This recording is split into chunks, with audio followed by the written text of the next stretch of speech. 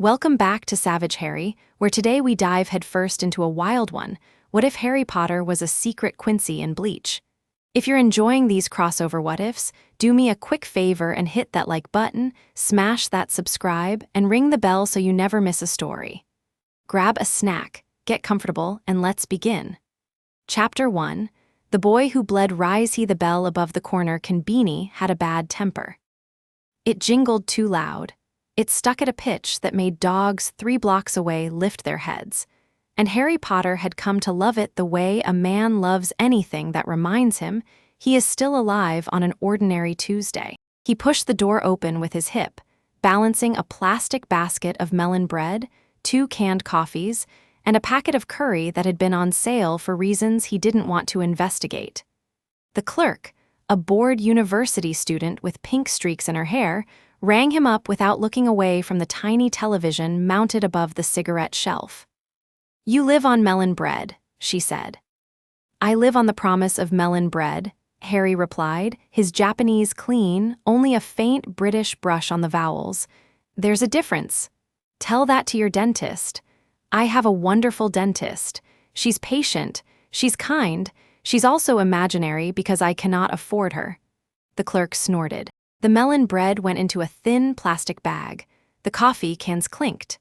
Outside, Karakura town was doing its best impression of a painting, all afternoon gold and windless sky, the river a slow green ribbon beyond the rooftops, the cicadas winding themselves up like tiny engines that had forgotten they were mortal. Harry stepped out and let the door chime die behind him. He was 17. He had lived in this town for 4 years. He had a small apartment above a laundromat that smelled, depending on the wind, either of detergent or of the ramen shop across the street, and either smell was fine. He had a part-time job stocking shelves at the bookstore near the station. He had a scar on his forehead that he had learned, with some effort, to hide under a fringe of black hair that his friend Arasawa called an offense to trigonometry. He had a wand in a hollow under the floorboards he had not touched in 2 years, and would not touch tonight, and probably would not touch tomorrow either. He had, instead, the faint pull at the back of his ribs that had started somewhere around his 14th birthday and had never gone away, like a thread that trailed from him into the air and tugged now, and then at things he could not name. He had also, for no reason he could explain, an extremely bad feeling about the alley 2 streets ahead. Harry paused at the crosswalk. The little green man was not yet on. The cars were not particularly loud. Nothing moved in the alley that he could see. A cat, maybe, padding along the top of a wall, laundry on a line, the flicker of an air conditioner dripping onto a gutter. His ribs tightened. "Well," he said under his breath, "that's new, or rather it's old, and I was hoping you'd stop." The light changed. Harry crossed. He did not take the shortcut. He took the long way around, past the bakery with the paper lanterns, past the shrine where someone had left a small bowl of rice at the base of the stone fox, past the bus stop where an old woman was knitting something that had already outgrown her lap. He walked as a man walks who has decided, carefully and with many years of practice, not to look over his shoulder. He looked over his shoulder exactly once. There was nothing there. There was also, plainly, everything there. The air behind him shimmered in the wrong direction. Heat shimmer climbs. This shimmer was moving sideways, a long, slow slide of warped light along the wall of the alley he had avoided, as if something massive were leaning through glass. Harry's hand tightened on the plastic bag. A bead of sweat slid down his spine. He could feel the thread at his ribs taut now, humming, and he understood, with the sick flat clarity of someone who has lived through too much to lie to himself, that the thread was not coming out of him. It was coming out of the thing in the alley, and it was reaching for him, and it had very nearly found him. "Not today," he murmured. "Not today, not today, not." The scream came from 2 streets over. It was a child's voice. It was the sound of a child who had gone past fear into the brief, airless place before crying, where the lungs forget themselves. Harry was running before he had made a decision to run. The plastic bag thumped against his thigh. The coffee cans knocked together like dull bells. He turned the corner by the dry cleaners, skidded, caught himself on a lamp post, and went on. The playground at the edge of the Nakamura housing block was small, a sandbox, a rust-spotted slide, a set of swings that creaked on windless days. A woman lay on the pavement at the sandbox edge with one hand still outstretched toward a stroller. The stroller was empty. A boy of maybe 4 stood frozen between the swings, and above the boy, bigger than a car, bigger than the slide and the swing set and the low wall of the block behind it, something was unfolding from the air. Harry had seen photographs of deep-sea fish that lived where no light ever reached. He had seen pictures in his godfather's house of the last thing a man sees before he stops being a man. The thing above the boy resembled both and neither. Its mask was white, cracked like old porcelain, ridged with a crown of bone spurs that flexed and twitched as if tasting the air. Its body was a great black coil of muscle and shadow, and where its limbs should have been were long ropes of pale sinew that ended in clawed hands like parodies of a butcher's. A hole gaped in the center of its chest, and through the hole Harry could see a slow, wet turning, as if a wheel of gears were grinding there. "Oh," Harry said softly, because sometimes the only true response to a catastrophe was a polite little word. He dropped the bag. The melon bread rolled. A can went under a bench. He did not watch it. He was already moving, sliding between the swings, his hand closing over the boy's small, shaking shoulder, lifting him in one practiced motion. The boy made no sound. His eyes were glassy. His mother on the pavement was breathing, Harry noted. In the detached way a man notes that the stove is on, there would be time for that in a moment or not at all. The thing in the air turned its head toward him. The mask split along a new seam, and a voice that was not a voice came out. "You smell different. You smell like a rubbish bin full of dead cats," Harry said, stepping back with the boy. "Let's not pretend either of us is delighted." The creature laughed, if laughter is what a drain makes when it swallows. "Wizard, little wizard, there are so few of your kind here now. Little wizard with the wrong shape of soul. Little wizard with the blood that burns." Harry set the boy down behind him. Gently, he did not take his eyes off the thing. "Run," he said quietly. "Run to the street, to the noise. Don't stop." The boy did not run. He was still in the place before crying. "Okay," Harry said. "Okay, new plan." He put one hand on the boy's shoulder. He put the other out, palm open, toward the thing, because his hand had decided without him. The air above his palm began to glitter. He had not meant to call it. He had never meant to call it. He had called it twice in his life, both times by accident, and each time had sworn not to again. Once at 14, in a dream, when a thing with no face had tried to crawl up through his pillow, he had woken with a lattice of blue light crackling along his forearm and had been unable to speak for a day. Once at 15, in the rain behind the bookstore, when a different thing had come out of the air and tried to eat a boy whose name he never learned, he had killed it with a strike of pale fire that had left his own hand numb for a week. Each time he had gone home and sat in the dark and told himself, "Not again, not again." There are things that watch, and there are things that watch the watchers, and the boy who shines is a beacon. Today the beacon lit itself. The glitter was blue. It was also white, and gold, and nothing at all, a color for which there was no name because it was not strictly a color. It was an idea about light, a way the air rearranged itself when he asked it to. It twisted, coalesced, hardened. A shape emerged, a long, curved bow, as clean and honest as a line drawn by a patient hand, its string a thread of luminous tension humming at a pitch too high for mortal ears. Along its limbs, fine scrollwork appeared of its own accord, leaves, maybe, thorns, maybe, the tip of a phoenix feather, maybe, the sort of detail a man's grandfather's soul might have put there if a man had had such a grandfather. Harry's breath caught, not from effort, from recognition. The thread at his ribs had gone slack. The thing in the air was no longer pulling at him. He was, at last, pulling back. "Oh," he said again, in a very different tone. "Quincy."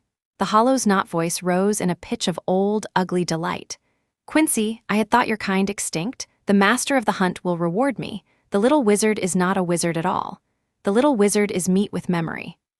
"I am many things," Harry said, and for the first time in 4 years his voice did the thing it had been trained to do long ago, in a drafty Scottish castle under a starless ceiling. It went flat and steady and a little amused, as if he had all the time in the world. "Meat with memory is one of them, I'll grant you. Little wizard is another. But I also have a very decent 7-year record of not dying, and I am not in the mood to lose it this afternoon. He did not draw back the string. He did not know how he knew he did not have to draw back the string. He simply raised the bow, and the air around him gathered itself the way water gathers above a plug hole, spiraling inward, and an arrow wrote itself into being along the string, slim, luminous, humming. He did not aim. He did not need to aim. He let go. The arrow was a line of white that erased the distance between him and the hollow. It struck the mask at the point where the bone crown met the brow. The mask cracked, no, the mask unmade itself. A clean, sharp crystal sound like ice breaking in a deep glass, and the crack ran outward in 3 directions at once. The hollow shrieked, a sound that set off every car alarm within a block. It reared back. The great coil of its body thrashed. The ropes of its limbs lashed against the brick wall, gouging plaster in long, pale furrows. It was, Harry realized, still alive. Right, he muttered. Because it's never simple. He drew another arrow out of the air. The second one came easier than the first, and that scared him because easier meant practice, and practice meant he had done this before in some deep place behind his ribs where he had not been looking. He raised the bow. He aimed this time, not because he had to, but because he wanted to. He put the arrow through the hole in the hollow's chest, through the wheel of gears, through the place where a heart would be if a heart were what held the thing together. The hollow went still. For a moment it hung in the air, a great black coil above a small sandbox playground. Then it began to come apart. The edges of it frayed into motes of dark ricey that spiraled upward like smoke in reverse, pulled into a thin column of night that narrowed, narrowed, narrowed, and vanished. The mask, the last part to go, fell in 2 halves onto the sand and crumbled into grit before they hit. Silence. Number not silence. A boy breathing fast behind Harry's knees. A woman stirring on the pavement. A cicada further off resuming its tiny doomed song. The bow in Harry's hand shivered and came apart into blue sparks that drifted up and were gone. His palm was warm. His palm was warm, and his chest was warm, and his knees had decided to have a quiet, polite opinion about the last 60 seconds that involved sitting down, thank you. He did not sit down. He knelt. He turned the boy gently to face him. Hey, look at me. Are you hurt? The boy's eyes focused. The glassiness broke. He began, finally, to cry, the honest, wet, ugly cry of a very small human who has remembered his lungs. Harry let him. He put a hand on the back of the boy's head. He looked over his shoulder at the mother on the pavement, who had pushed herself onto one elbow and was staring at him as if she had never seen a human being before. She's all right, Harry told the boy without looking away from her. Your mum's all right. She's okay. Go on, go to her. The boy went. The mother gathered him up, weeping, kissing his hair, babbling apologies that were not owed, and thanks that were not needed, and questions that would have no useful answers. Harry stood. His hands had started to shake. He put them in his pockets to hide it. Are you all right? The mother said, looking up at him. What happened? Was that a gas, you saved? It was a dog, Harry said evenly. A big dog, off its lead. The owner ran off. The police will be here soon. You should go home, you should lock your door, you should hold him and not ask him what he saw for a couple of days, and then you should ask him gently and believe whatever he tells you. A dog, the mother repeated as if testing the word. A very large, very fast dog. She nodded. She did not believe him. Her mind would make her believe him later. He knew. It was easier to remember a dog than to remember the other thing. And the other thing would fade by sapertime into a bad smell, and a sound she had not quite heard. He had lived long enough in the shape of a secret to know how memory cooperates. He walked away. He walked past the dropped bag of groceries. He did not pick it up. He walked past the bench, past the swings, past the gap in the low wall, out onto the quiet afternoon street where the gold light was unbothered and the sky did not know or care what had just happened under it. He walked until the playground was out of sight. Then he walked a block further. Then he put his back to the wall of a closed flower shop and slid slowly until he was sitting on the pavement, his knees up, his hands on his knees, his breath coming in and out in careful measured counts, because that was how you did this without going somewhere you could not come back from. 1, he whispered. 2, 3, 4. He got to 10. He got to 10 twice. Well, he said aloud to nobody. Well, Potter, that was a day. A shadow fell across the pavement in front of him. Harry looked up. The sun was behind the figure. He saw, first, the outline, narrow shoulders, long arms, a neat silhouette of a schoolbag strap. Then the glasses, catching the light. Then the quiet, careful set of the mouth. Then the eyes, cool, dark, interested in a way that was not friendly and not unfriendly, the way a librarian looks at a book she has not yet decided whether to shelve or burn. You did that, the figure said. Wrong, Harry blinked. I beg your pardon? You let it shriek, said the figure. You fired center mask. It split 3 ways. Any hollow within a kilometer heard the sound. Any Shinigami within 2 will be here in under a minute. Any Orankar with a sense of smell and a grudge will be here by evening. The figure's mouth moved very slightly. It was not a smile. And you dropped your groceries. Harry said. Stand up. You're going to sit on a public street and hyperventilate later. Right now you're going to walk. Who are you? I am the only other one in this town, said the figure quietly, who has a bow that looks like yours. Harry stared. The figure offered a hand. It was a narrow hand, a careful hand, a hand that had drawn a string a great many times. Stitched along the cuff of the white sleeve, almost invisible in the light, was a small blue cross. Ishida, said the figure. Are you Ishida? Get up, Potter. We don't have long. Harry took the hand. He did not remember afterward climbing to his feet. He remembered only the odd bright click in his chest, a thing he had felt twice before in his life. Once in a stone hall in Scotland at the age of 11, when a boy with red hair had told him his first real joke, and once on a pavement in Surrey at the age of 15, when a man with a long, scarred face had put a hand on his shoulder and said, "You are not alone." It was the click of a hinge he had thought rusted shut. You know my name, Harry managed. I know everyone's name in this town who matters to what's coming, Uryu said. He was already walking. Harry found himself walking with him. Your mother's maiden name was Evans. Her father kept a garden. Her grandmother kept a workshop in Coventry and died during the war, not the war you're thinking of, the other one. The one your people never wrote down. I have a very old notebook, Potter. It has a very old list. There are 8 names on it. Yours is the 5th. Mine is the 7th. The other 6 are dead. Dead. Dead or ghosts or worse. Walk faster. I said a minute. I meant it. They walked faster. Behind them, somewhere above the river, the sky did a thing the sky does not usually do.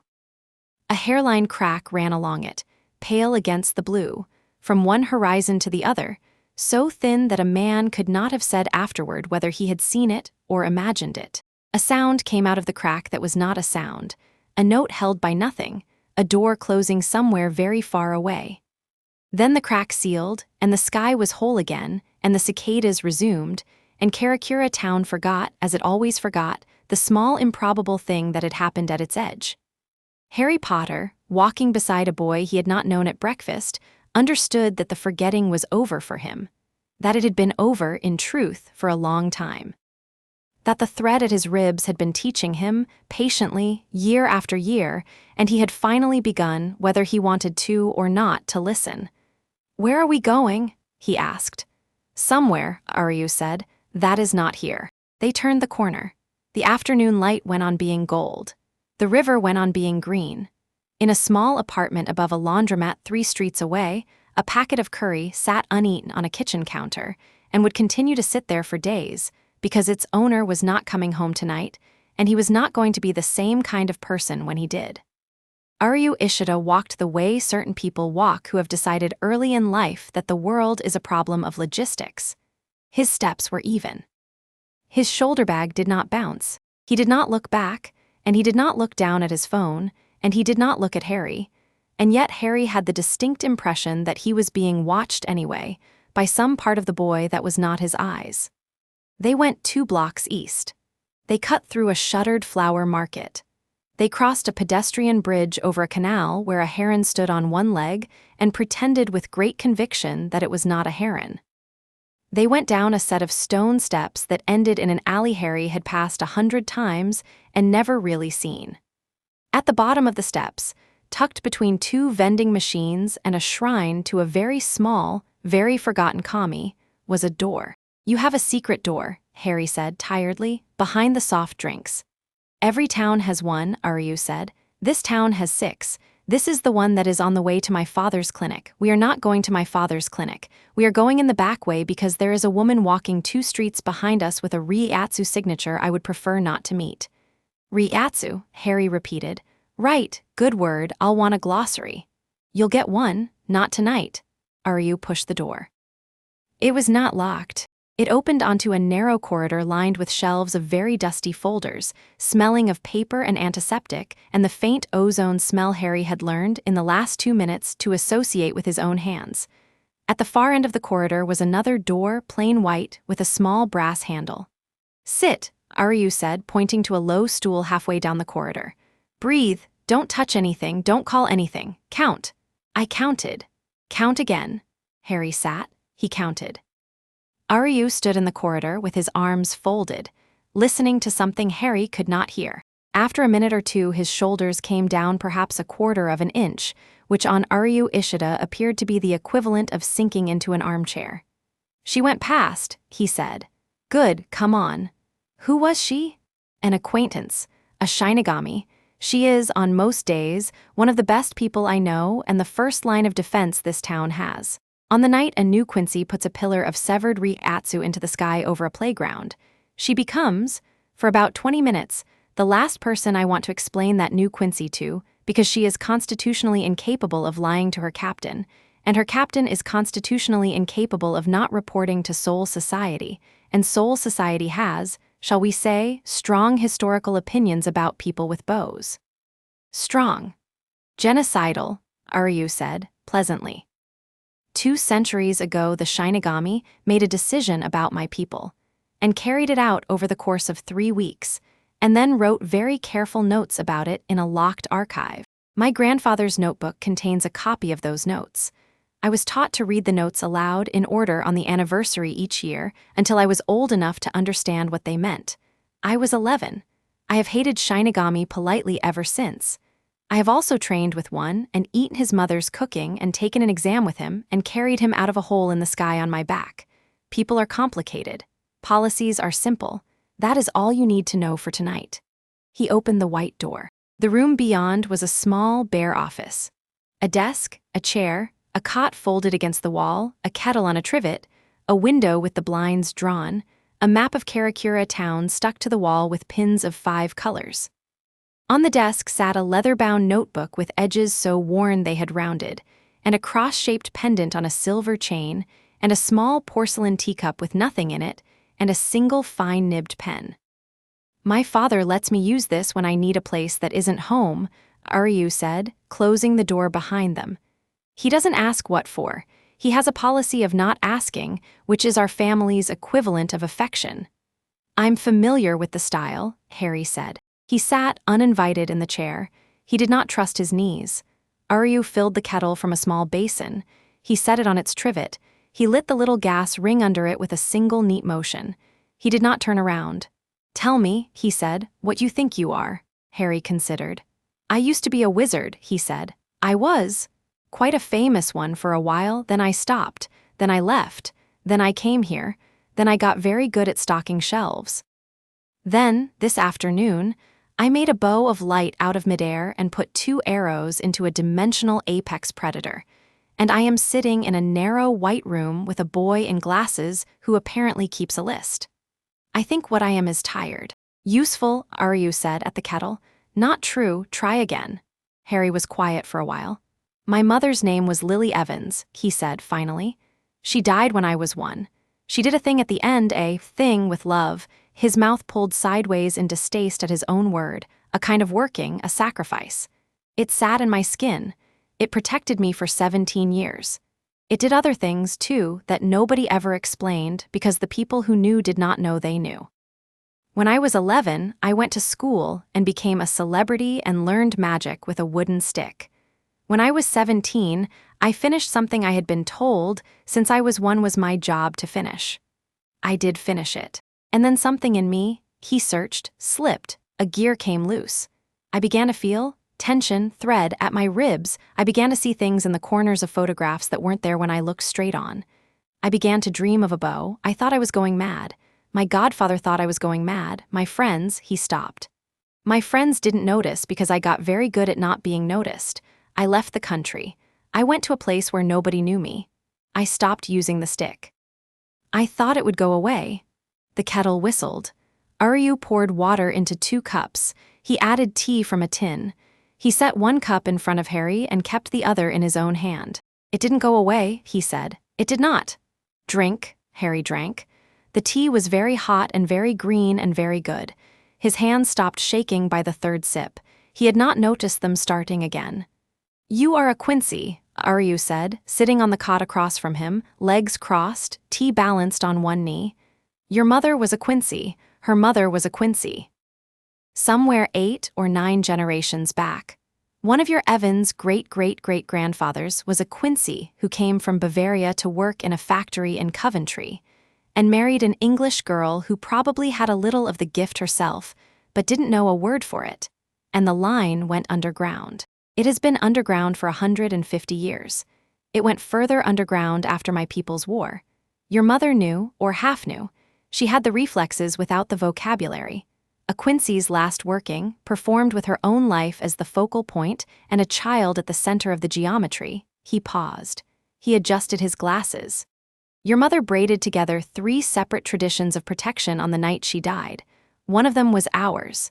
You've been standing on the seam your whole life. When you finished your other fight, when the pressure of it released, the seam began to open. You have been bleeding risey in your sleep for 3 years. I could feel you from my house at night when the wind was from the west. I did not speak to you because I had to be sure. Harry set the tea down. Sure of what? Sure you weren't a trap, Aryu said calmly. Sure you weren't something else wearing Potter's face. Sure that when I eventually said to you the word Quincy, the first thing you did was not shoot me. I have been wrong about people before. I try to make my mistakes survivable. Thanks, Harry said dryly. I think. You're welcome. You said your notebook has 8 names, Harry said after a pause. You said 6 are dead. 7 are known to the Shinigami, Aryu said. Of those 7, 6 are dead. The 8th name on the list, which was not known to the Shinigami, is Evans Potter. Your grandmother's grandmother registered herself to the Quincy schools in 1894 under a false surname and was listed in the extermination census as unknown female English Midlands. She was missed by the purge because she had already gone into hiding. She died of tuberculosis in 1919 before anybody came for her. Her line was not extirpated. It thinned. It hid. It intermarried. It produced your mother. It produced you. So Harry searched, a loose thread. You are a miracle, Aryu said, without warmth and without irony, as if reading off a ledger. You are also a target. A hollow just smelled you. It called you little wizard with the blood that burns before you shot it. Hollows don't name us unless they've been told what to look for. Somewhere in Hucomundo, or closer, someone has given orders that a Quincy with a wizard's signature may be found in this town. Do you know why that might be? Harry was quiet for a long time. No, he said slowly. But I know who, if it matters. There was a man, he is gone now, but things he made are not gone. He was fond of pieces, of himself. He put them in objects. He put them in a snake, a cup, a diadem, possibly other things. I destroyed, as far as I know, all of them. As far as I know, he is supposed to be dead. Aryu's face did not change. Supposed to be dead, he repeated, tasting the phrase. Yes. What, Aryu said, did he do with the pieces that, between destructions, passed through the air and did not land in a physical host? Harry stopped. A cold began at the base of his skull and moved up his scalp. I don't know. Nobody knew enough about that kind of magic to ask that question. We were all children. The people who should have known were dead. I don't know. Potter, Aryu said quietly, I want you to entertain a working theory. I do not need you to accept it. I need you only to hold it, the way a man holds a cup. If a soul piece of a powerful human sorcerer were separated from its body and made to drift without a physical anchor, it would not simply dissipate. It would, by the laws under which my people and Shinigami operate, begin to accrete risey. It would begin to make a shell for itself. It would begin in time, and time is, for such a thing, cheap, to become what we call a hollow. It would seek, by its nature, to consume other souls and to grow. It would remember, imperfectly, what it once was. It would hate, imperfectly, whomever it had once hated. It would be drawn, inevitably, toward the anchor of its hatred. No, Harry said. It is a working theory, Potter. Number. We will not treat it as confirmed until we have reason. No, Harry closed his eyes. Please don't say that out loud in this room. I have said it, Aryu said gently. I will say it again if necessary in other rooms. I tell you this because the hollow this afternoon did not recognize you by sight. It recognized you by smell. Hollow's smell Ryatsu. It knew your Ryatsu had a wizard-shaped note in it. That means, Potter, that this hollow, or the thing that sent this hollow, has encountered a specific wizard's Ryatsu before. Whose? Harry did not answer. Aryu did not press. The kettle ticked as it cooled. Somewhere outside, a crow made its long, ragged complaint at a rooftop cat. Harry opened his eyes and looked at the little cross-shaped pendant on the desk, at the map with its pins, at the notebook with its soft, worn corners, and, finally, at the boy across from him, who was perhaps 1 year younger than he was, who had not touched his tea, who was watching him with the patient, unsmiling attention of a man who has been preparing, in private, for a very long time to have this exact conversation with someone. You've been waiting for me, Harry said. I have been waiting, Aryu said, for the 8th name to be true. And if I had been a trap, then I would have killed you, Aryu said, without heat, in this room. That's a lot to confess to a stranger. You are not a stranger. You are, whether either of us likes it, kin. Harry let out a small, surprised breath that was almost a laugh. Kin, that's a weight I haven't put on in a while. Get used to the weight, Aryu said. Kin is what carries you when other weights come off. He set his tea on the desk. He opened the notebook. He turned it to a page Harry could not see, touched it lightly with 2 fingers, closed it again. He picked up the cross on its chain and, with no ceremony at all, handed it across to Harry. This is not mine to give, he said. It was my grandfather's. It is now my father's. My father does not want it. He asked me when I was 13 to hold it until I was sure whom it should go to. I have not been sure until today. Take it. Do not put it on. Do not put it on until you are ready to be in public what you are in private. Put it in your pocket. Put it under your pillow. Keep it where you can reach it. When you are ready, put it on. It will teach you the rest of what I can't. Harry took the cross. It was cold. It was not heavy. Within a few seconds, it was not cold either. It warmed in his palm the way an ember warms a hand cupped over it. Along the arms of the cross were fine etched lines that he recognized dimly as the same scrollwork that had appeared on his bow. How? He said of the scrollwork, because he did not know how else to ask. Your bow, Aryu said, is a memory of your family's bow. Our bows are memories. That is what a Quincy weapon is, a summary of who we were, stored in who we are. The scrollwork is your grandmother reaching through. Harry closed his hand on the cross. He did not cry. He had gone a long way past crying years ago and had not come back yet, and he thought, dimly, he might come back tonight, but not in this room, not in front of this boy, not yet. What do we do? He said. Tonight, Aryu said, you go home, you sleep if you can, you don't go to school tomorrow, you come here, we begin. He paused. He adjusted his glasses, a small nervous tic Harry had started to notice. Also, Potter, one other thing. Yes, you may be being watched, by more than the Shinigami, by more than the Hollow Master who sent this afternoon's probe. If what we suspect is true, a fragment of your old enemy is hunting you. If what I suspect, additionally, is true, and I am not yet ready to say it aloud. His voice dropped, quite quietly. Then there are 3 factions in the Soul King's universe that would very much like to know you exist, and 2 of them would prefer you did not. For the next several weeks, you should assume at every moment that someone is listening. Do not make phone calls that matter. Do not send letters that matter. If you must ask a question that matters, ask it of me in this room or walking beside a river in bright sunshine with the wind at your back, where ears do not travel. That is not a reassuring list of caveats. I have never been, Potter, a reassuring person. Harry put the cross into the inside pocket of his jacket. He stood. His knees had decided to cooperate. Aryu, he said, 1 question tonight. 1. Who is the 8th name on the list who isn't me? Aryu looked at him a long moment. My grandfather wrote that name in pencil, he said. He circled it, he underlined the circle, then he crossed it all out. Then he wrote beside it 4 words. Would you like to hear them? Yes, Aryu closed his eyes as if reading inside himself. He is not ours, he said. Yet. Harry felt under his ribs a bright small coldness that was not quite fear. Yet, he repeated.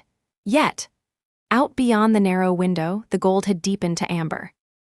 The afternoon had become evening in the way afternoons do on hot days in small, quiet towns, without ceremony or announcement, the light simply choosing a different color and moving on. Somewhere across the river, a temple bell tolled once, the single flat note that marked the hour between things. Go home, Potter, Aryu said, opening his eyes. Walk the long way, don't cut through alleys, don't take the playground route. If anyone speaks to you between here and your door, smile politely and walk on. If a cat follows you, ignore it, it is probably a cat. If a crow follows you, walk into the nearest shop and stay there 10 minutes, then leave by a different exit. If a child with orange hair tries to punch you in the face, let him, he has a reason, and I will explain tomorrow. Orange hair, Harry said faintly. A neighbor, a complication, not for tonight. Of course not, Harry said. He went to the door. His hand on the handle, he paused. He did not turn. Aryu? Yes, thank you. Don't, Aryu said. Not yet. Not until you know what I am about to make you do. Harry laughed once, a short, rough laugh that surprised him. He opened the door. He stepped into the dusty corridor with its dusty shelves. He walked past the shrine and the vending machines, up the stone steps, across the pedestrian bridge where the heron had gone home, through the shuttered market, out onto a street washed with the first neon of evening. He walked the long way. He did not cut through alleys. He did not look at a cat. He did not look at a crow.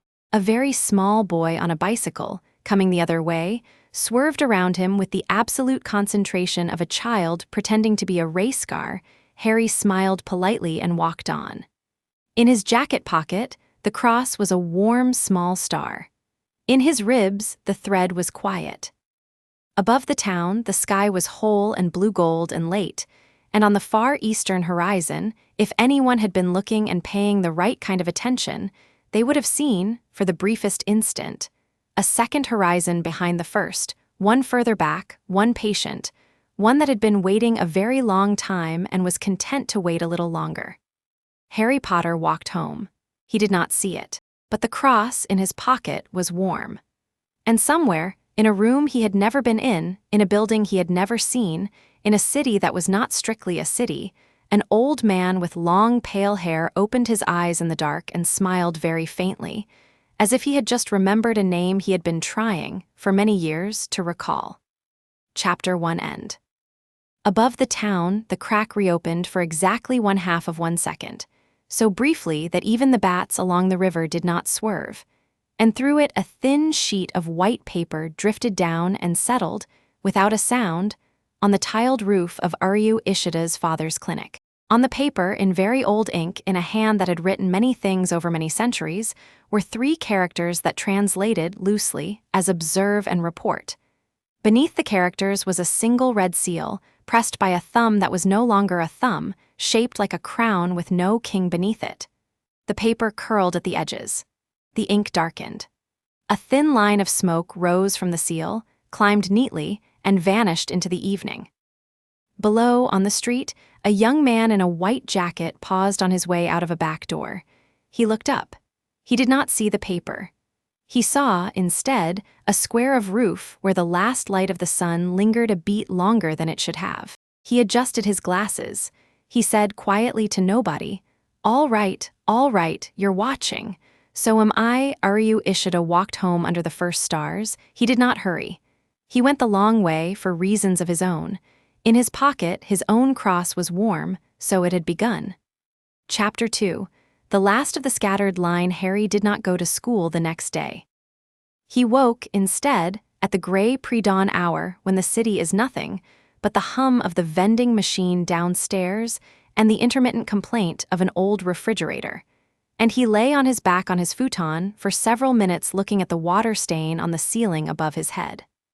The water stain was shaped, as always, like a question mark. He had, over the last 4 years, formed a relationship with this question mark. He had named it Bernard. Bernard had listened to a great many of Harry's problems without interrupting, which made him, by Harry's standards, among the best friends he had managed since arriving in Karakura. "Bernard," Harry said to the ceiling. "Bernard, I have some news." Bernard did not reply.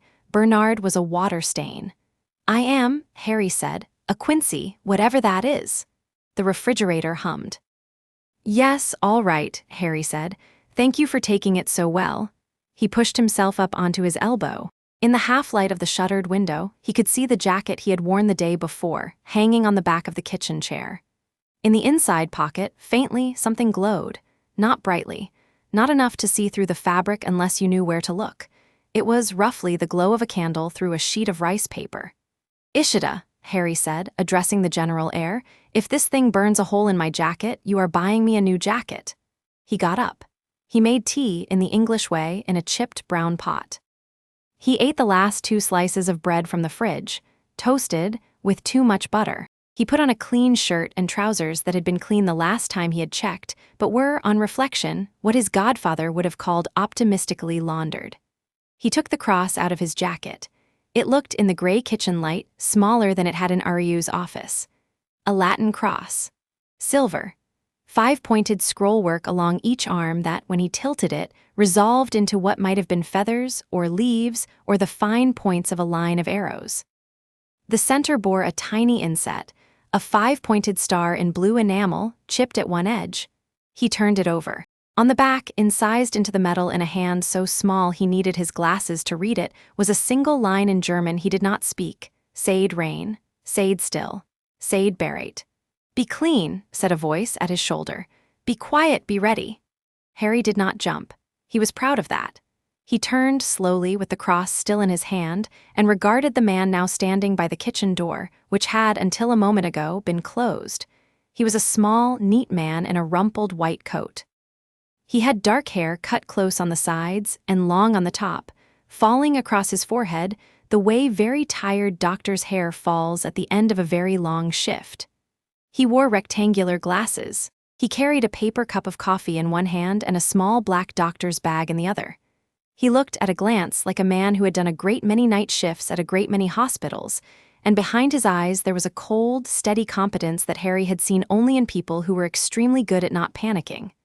"Ryukin Ishida," said the man. "Aryu's father. I apologize for the door. I did not want to knock." "Of course not," Harry said a little faintly. "That would be polite." "It would be heard," Harry breathed out. He set the cross on the table. "You know, a locking charm is not, strictly speaking, the same thing as a security system," Ryukin said, settling into the other kitchen chair without being invited. "I assume that is the charm you have on your door and not something else." "It's mostly that. Mostly. There's a secondary one that makes anyone who isn't me walk past and forget the door was there, and a third one that, if you try to pick the first 2, makes you think very urgently that you need to go and buy milk." Elegant, Ryukin sipped his coffee. "Ineffective against risey stepping, sufficient against thieves. Trust my son to befriend the only person in this town whose door I have never been able to open." "He hasn't befriended me," Harry said. "He's recruited me." A distinction he would appreciate. Ryukin did not smile. "I do not, you understand, approve. Of me? Of him recruiting anyone." He set the coffee down. He opened the doctor's bag. Out of it he lifted, with the care of a man handling an infant, a long, thin object wrapped in black silk. "I will be brief, Potter. You will not see me again in this apartment. You may see me at the clinic. You may not see me at all for months. Today, because I have owed my son a specific apology for 11 years, I am here instead of at my clinic, which is where I should be. Aryu does not know I am here. He will in fact be furious when he finds out. I will let him be furious." Harry said. "Open your hand." Harry opened his hand. Ryukin placed the long, silk-wrapped object on his palm. It weighed less than it should have. Harry drew back one fold of silk and saw, gleaming, a single silver arrow shaft without a head, perfectly straight, engraved along its length with a double helix of tiny characters he could not read. "What is this?" "A tuning arrow," Ryukin said. "A training arrow. A beginner's arrow, as useful in a fight as a wooden spoon. Its one function is the reason I brought it. You will knock it on your string. You will not let it fly. You will hold the draw for 5 full seconds and release it into the air without aim. The characters along the shaft will darken as you draw, from the fletching end toward the head, in proportion to how much of your reiatsu passes through them. Your grandmother's Quincy signature was recorded by your great-aunt on the page this arrow was made from. If your signature matches hers, the characters will darken blue. If they do not match, they will darken red. And if they don't match, then my son, said Ryukin evenly, has been wrong for the first time since he was 9, which will be a useful experience for him. Harry looked at the arrow. He set it down on the silk beside the cross. You think he's wrong, he said. I hope he is wrong. Why? Because, Ryukin said, finishing his coffee and setting the empty cup on the table beside Harry's teapot, with the delicacy of a man replacing an exhibit in a museum. If he is right, then the line my father mourned for 70 years has produced one last inheritor, and that inheritor is also a wizard, which means there are 3 ancient orders whose attention he will inevitably draw, 2 of which have killing warrants still technically on the books against my people, and one of which has. By the evidence of yesterday afternoon, already noticed. I am a doctor, Potter. I treat wounds. I have spent a significant portion of my life teaching my son to avoid wounds. I will not teach you to avoid yours because my son will do that, and my son is, he paused, a better teacher than I was. You were his teacher. I was, Ryukin said, an unkind one. Harry watched him stand. The coffee cup went back into the bag closed. Ryukin adjusted his glasses with the precise, patient motion Harry had seen his son make. One last thing, Ryukin said. The wand. Under the, Harry stopped. How do you know about the? Everyone who has ever felt you in the dark knows about the wand, Potter. It sings. It is not a quiet instrument. The fact that it has not been used in 2 years means very little. It remembers you. It wants you. It will continue to sing, and when the singing becomes a shout, there will be people in the Soul King's universe who will hear it and know what kind of song it is. You want me to get rid of it? I want you, Ryukin said, to put it in the Ishida family vault at the clinic basement, where it will sing into 2 feet of spirit-lined iron.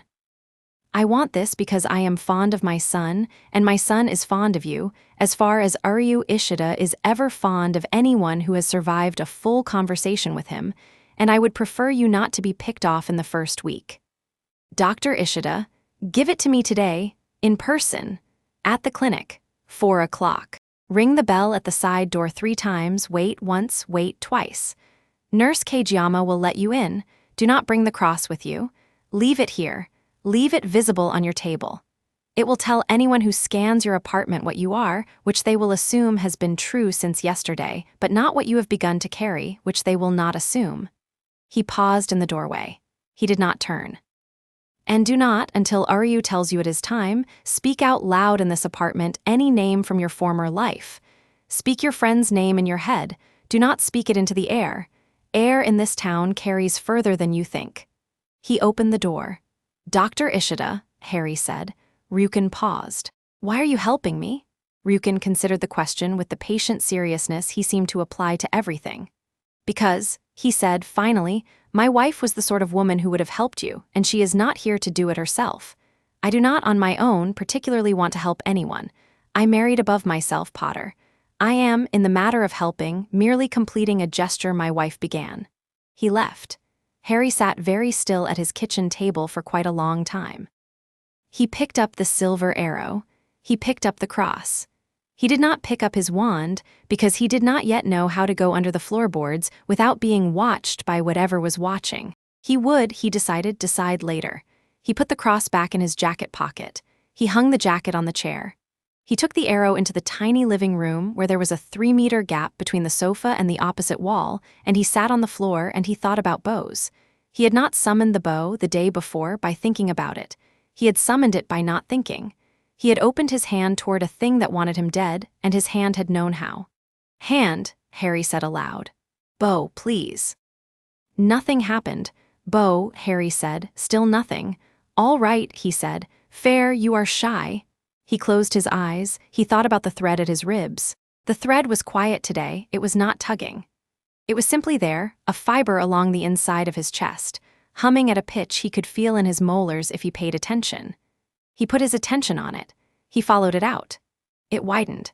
It was not one thread, it was many threads, laid in a weave, and the weave extended out through his palms and out from the crown of his head and down through the soles of his feet into the tatami and the floor below the tatami and the earth below the floor.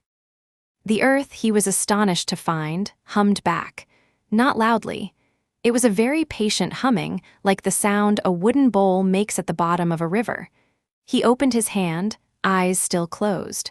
The air above his palm began to shimmer. He did not look, he let it come. He felt it assemble itself. He felt the string lay itself down the line of his wrist. He felt the curved wood that was not wood cup his fingers. He opened his eyes. The bow was there. It was smaller than it had been the day before, a training weight rather than a battle weight, but it was his. "Hello," he said to it. It hummed quietly. "Right, all right, tuning arrow." He knocked the silver arrow on the string. It clicked home as if the string had been made to receive that exact shaft which he supposed it had. He drew back. He counted. 1, 2, 3, 4, 5. He let it go into the air. The arrow flew 3 meters across his tiny living room, struck the opposite wall, and stopped there. It did not bury itself. It did not ricochet. It simply stopped, hovering the tip a finger breadth from the plaster, and along its length from fletching to head, the tiny characters darkened one by one. They darkened blue. A slow, clean cobalt blue, like the enamel star in the cross, like the paint on an old porcelain teapot. The last character, at the tip, darkened and glowed for one long second, and then the whole arrow went pale silver again and dropped, softly, to the floor. Harry picked it up with hands that were steadier than they had been at breakfast. "All right," he said. "All right, Evans. All right, grandmother, hello." He did not cry. He had, he thought, earned a little time not crying. There would be a later, there always was. He wrapped the arrow in the silk. He put the silk in a drawer. He put on his shoes. He went, not to Aryu's clinic, and not to school, but to the bookstore where he worked, because the bookstore was open on Wednesdays, and he had committed to a 4-hour shift, and he had, among the many things he had learned in Karakura town, learned that the surest cover for a secret was the dull, regular, honest shape of an ordinary day. He stocked shelves. He helped a grandmother find a cookbook her granddaughter had recommended. He refilled the register's paper tape. He ate onigiri from the konbini for lunch, standing up at the back counter. He listened to the bell on the shop door jingle a dozen times, and he noticed, every time, which customers hummed with the faint thread of risey that he now knew to listen for, and which did not. Most did not. 2 did, a little, in the weak innate way of people who lived at the edge of spiritual awareness. The grandmother looking for the cookbook was one. He smiled at her an extra measure for it, without being able to say why. At 1:30, the bell jingled again. A girl walked in. Harry looked up from the Neuralise's table. The girl was small and neat and brown-haired, in the black and white uniform of Karakura High. She had a school bag on one shoulder. She was, he noted, breathing a little fast, and her hands were, his eyes narrowed, clenched at her sides in the particular way he had once seen his friend Ron clench his hands when he had been trying, with some urgency, not to throw up. "Can I help you?" Harry said, pleasantly. "I need," the girl said, in Japanese that was very good but not quite native, "a book." "Any book. I am browsing. I am a tourist." She was not a tourist. Her uniform was the local school. She was also not browsing. Her eyes did not move across the titles. Her eyes were on him. "Welcome," Harry said carefully. "We have a selection for tourists near the front window. Phrase books, maps of the old temples, photo albums of the seasonal festivals." "Thank you." She walked past him. She did not go to the front window. She stopped at the next aisle. She pretended to look at cookbooks. Harry, keeping his hands busy, reorganized a stack of novels that did not need reorganizing. After a minute, she spoke, very quietly, not loud enough she clearly hoped to travel. "Harry." His hands kept moving. "That's an unusual way to start a conversation with a bookseller," he said mildly. "Harry, it's me. Don't turn around. Keep stalking. I saw you through the window. I've been looking for a week. I have no idea what I'm saying. I don't know this language well. Look, please don't run. Please, I'm your friend." Her voice cracked at the last word, just once. It was enough. Harry set down the novels very carefully, very precisely, in exactly the wrong order and put his hand on the edge of the shelf to steady himself. He did not turn around. "You are not supposed to be here," he said very gently. "I know. You are really, really not supposed to be here." "I know, Harry, I'm sorry. How did you find me?" A long pause. "I've used magic," she said, so quietly he could barely hear. I didn't want to. I know you didn't want to be found. I was going to respect that, I really was, but 2 weeks ago I had a dream, and then I had a dream again, and in the dream you were standing in a sandbox, and a thing was above you and you were holding a bow, and Harry, please, I don't know what that means. I don't know what any of it means. I know you've been all right, I know you've been living, Her voice broke again, properly this time. "I needed to see you." Harry looked at his hands. They were remarkably steady. He turned, at last, and looked at Hermione Granger across the shelf of cookbooks, and she looked back at him, her eyes red and her mouth tight and her bag sliding off her shoulder because she had forgotten to rebalance it. And he saw, with a clarity so sudden it was almost pain, that 4 years had not made her less herself. They had only made her a little more tired, a little more careful, a little more the kind of person who could walk into a foreign town in a school uniform she had clearly bought at a thrift store and keep walking until she found the thing she was looking for. "Hermione," he said. "Hi," she said, smiling with her mouth shaking. "You should not have come." "I know. You should not have, Hermione, you should not, I know." He breathed out slowly. He looked at the bell on the shop door. It was not ringing, the door was closed. The shop was empty except for them. "Okay," he said. "Okay, you're here, put your bag down, pretend to look at a book, don't leave, don't speak loudly. Don't use my name in the air again. Don't use any of our names in the air. I finish work in 2.5 hours. I have an errand at 4. I can meet you at 6, at the bridge over the canal 3 blocks east of here, on the pedestrian side, under the willow. If you are followed, do not come to the bridge. Go to a crowded place and stay there. If you are not followed, come. We will talk, do you understand?" "Yes. Do you know anyone in this town? Number, do you have a place to stay?" I have a hotel, don't tell me out loud, write it on a slip of paper. Give it to me at the register when you buy the book. Buy a book, any book. The blue one on the top shelf to your right, it's about cats. Pay in cash, don't smile at me." Okay, I won't." She picked up the book about cats. She took a breath. She straightened her bag. She walked past him to the register, and he walked to the register, and he rang her up without looking her in the eye, and she slid the slip of paper across with her change, and he put it in his pocket with his heart doing something complicated under his ribs, and she left. The bell jingled. Harry stood at the register for a long moment, staring at the door. "Well," he said, to the empty shop. Then he reached under the counter for the phone. He dialed a number from memory. The voice that answered on the 3rd ring was Ariu's, clipped and impatient. "Yes, Ariu. Potter, I am in a chemistry practical, speak quickly. There is a wizard in this town. She is not an enemy. She is an old friend. She found me by dream magic. She is at," he checked the slip of paper, "a hotel I am not going to read aloud. She will meet me at the canal bridge at 6. I need to know before 6 whether the hotel she is at is clean. I will show you the paper at the clinic when I come at 4. I also need to know whether dream magic of the kind she has is, 1, traceable by anyone we care about, and 2, explainable to the third party whose name I am not going to read aloud either." A silence. "Potter," Ariu said slowly, "your life is a pinwheel. I have heard. Come to the clinic at 4, bring the paper. Do not bring the other thing I gave you, the door on the side. 3, pause, 1, pause, 2. I know, your father already came." Another silence of a quite different quality. "My father," Ariu said. "What?" "Your father came to my apartment. He brought me a tuning arrow." "My father," Ariu said with a precision that was almost dangerous, "came to your apartment. He left before I could ask him anything useful. He also apologized to me on your behalf for something that I got the impression was 11 years old." A longer silence. Then, very carefully, "Come at 4. We will discuss my father at 4. We will discuss your wizard friend at 4. We will discuss your several simultaneous catastrophes at 4. Do not die between now and 4. I will do my best." "That is," Ariu said, "a very thin commitment." The line clicked. Harry set the phone down. He stood in the empty bookshop, listening to the hum of the air conditioner and the faint, wet slap of the mop Mr. Araki was using in the back room, and he laughed once softly into his hand. "Hermione," he said to nobody. "Hermione, Hermione, you are going to get me killed, and I have never been so happy to see anyone in my life." At 4 o'clock precisely, Harry rang the bell at the side door of the Ishida clinic 3 times.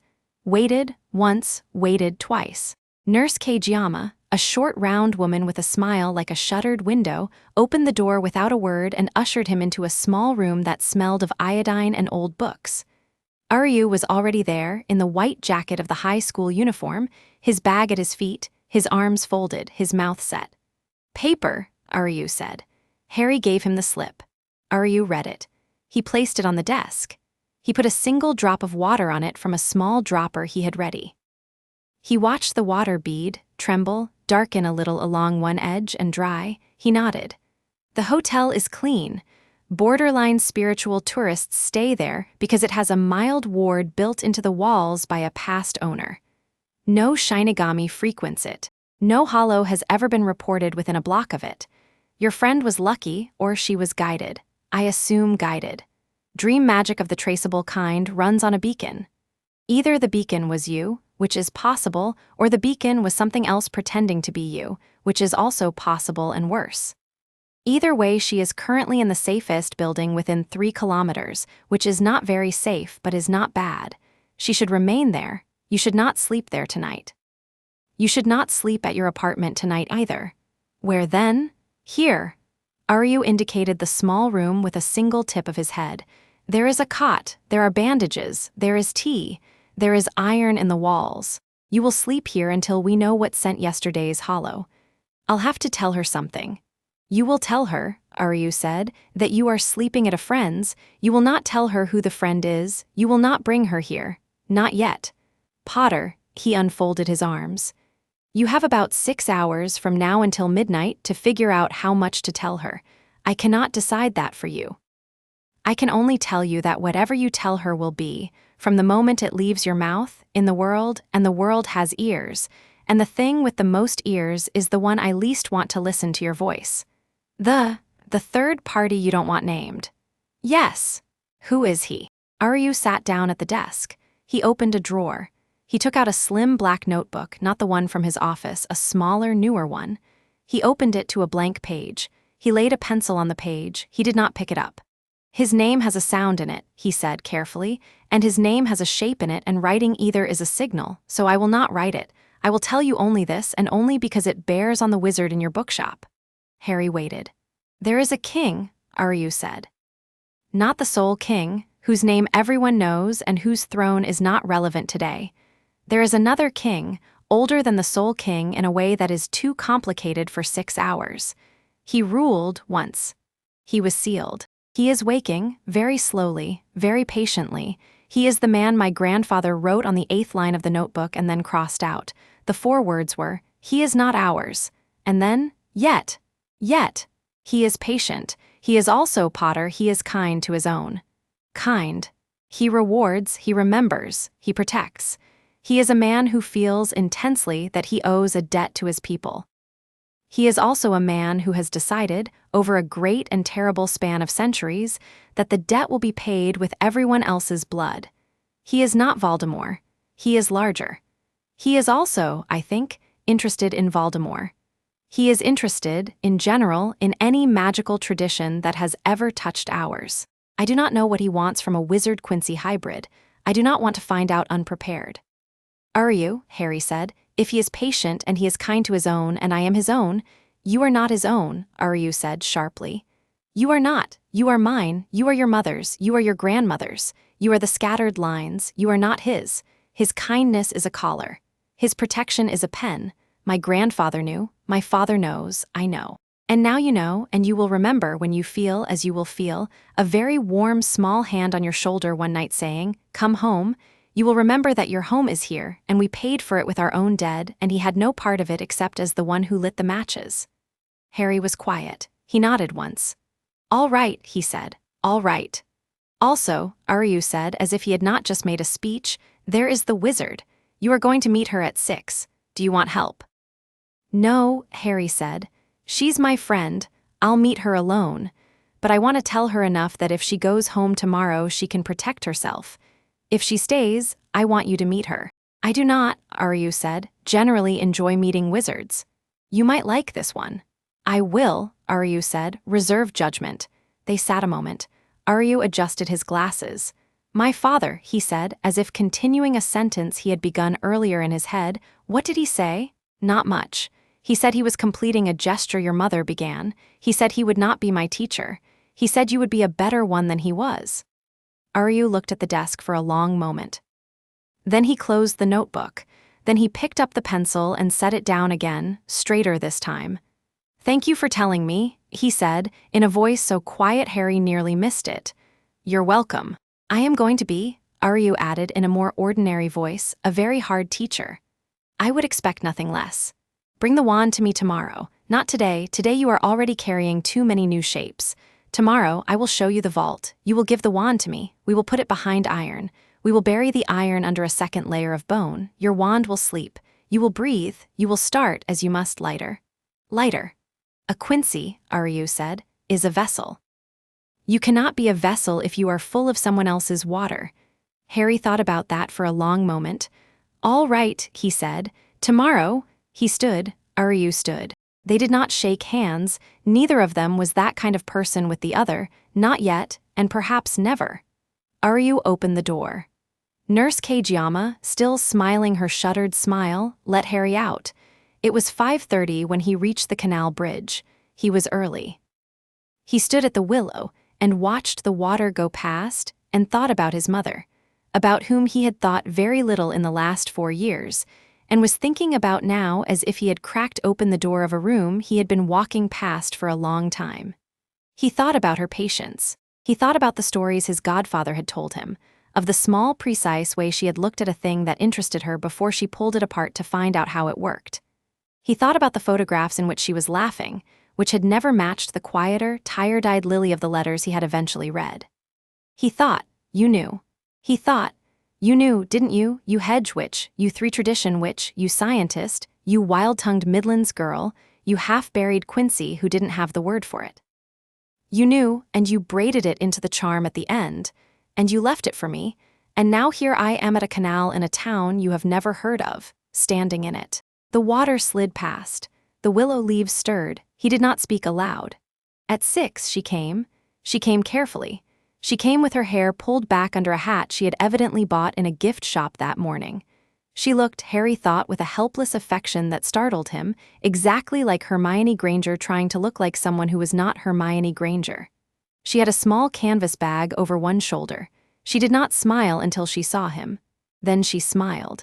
Then, because she was not, at her core, a person who could sustain a disguise under emotional pressure, she ran the last 10 steps and hugged him, and they stood there under the willow for a long, complicated moment in which Harry found, rather to his surprise, that his own eyes had gone hot, and that his arms worked more or less the way arms had always worked, and that the thing he had told himself for 4 years, that he did not miss her, that he did not miss any of them, that he had cauterized the wound properly, was and had always been a tidy small lie.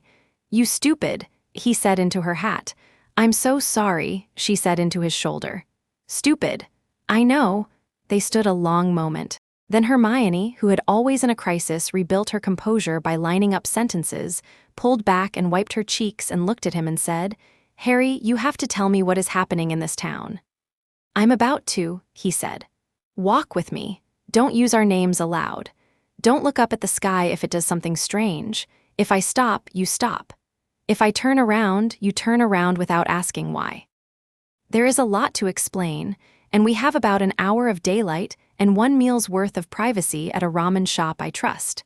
She nodded. She was, Harry noted with gratitude, immediately in the mode of a person gathering data and saving questions for later, which was one of the many things he had missed about her without being able to say it until now.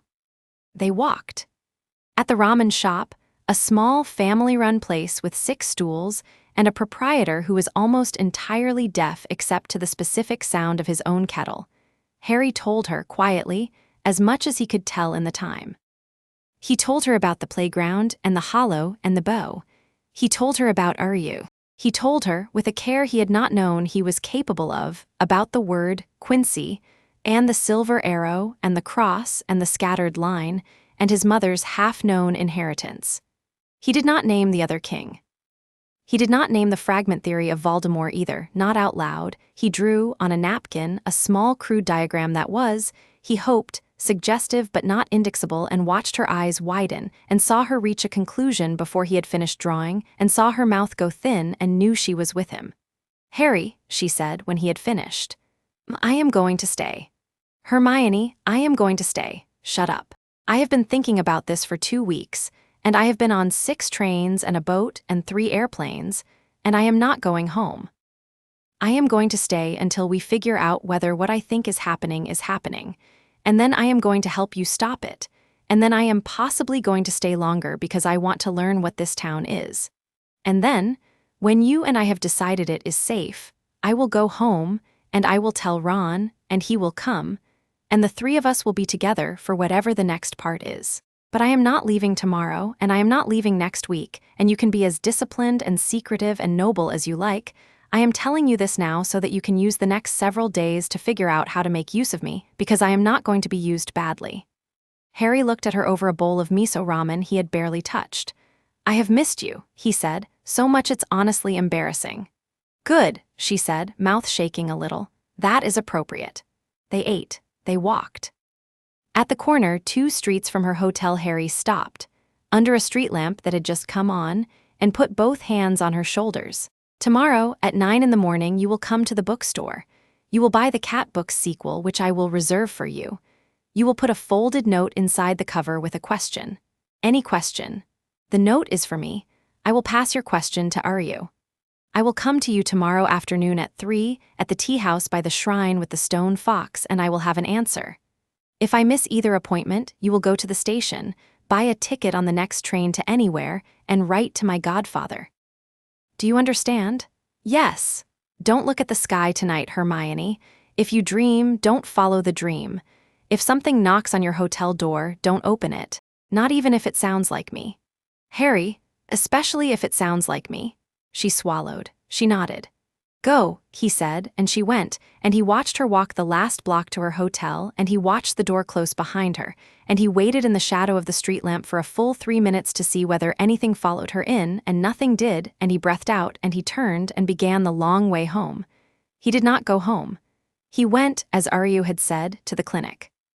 He let himself in through the side door, with the key Nurse Kageyama had pressed into his palm as he left. He climbed the narrow staircase to the small room with the cot. He lay down in his clothes on top of the blanket and put one hand on the cross in his jacket pocket, and he watched the ceiling, and he did not sleep for a long time, and when he did, he dreamed. He dreamed of a beach under a black sky. The beach was infinite and pale.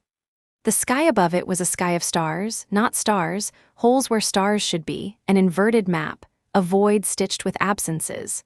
On the sand, a long way off, a figure sat with its back to him.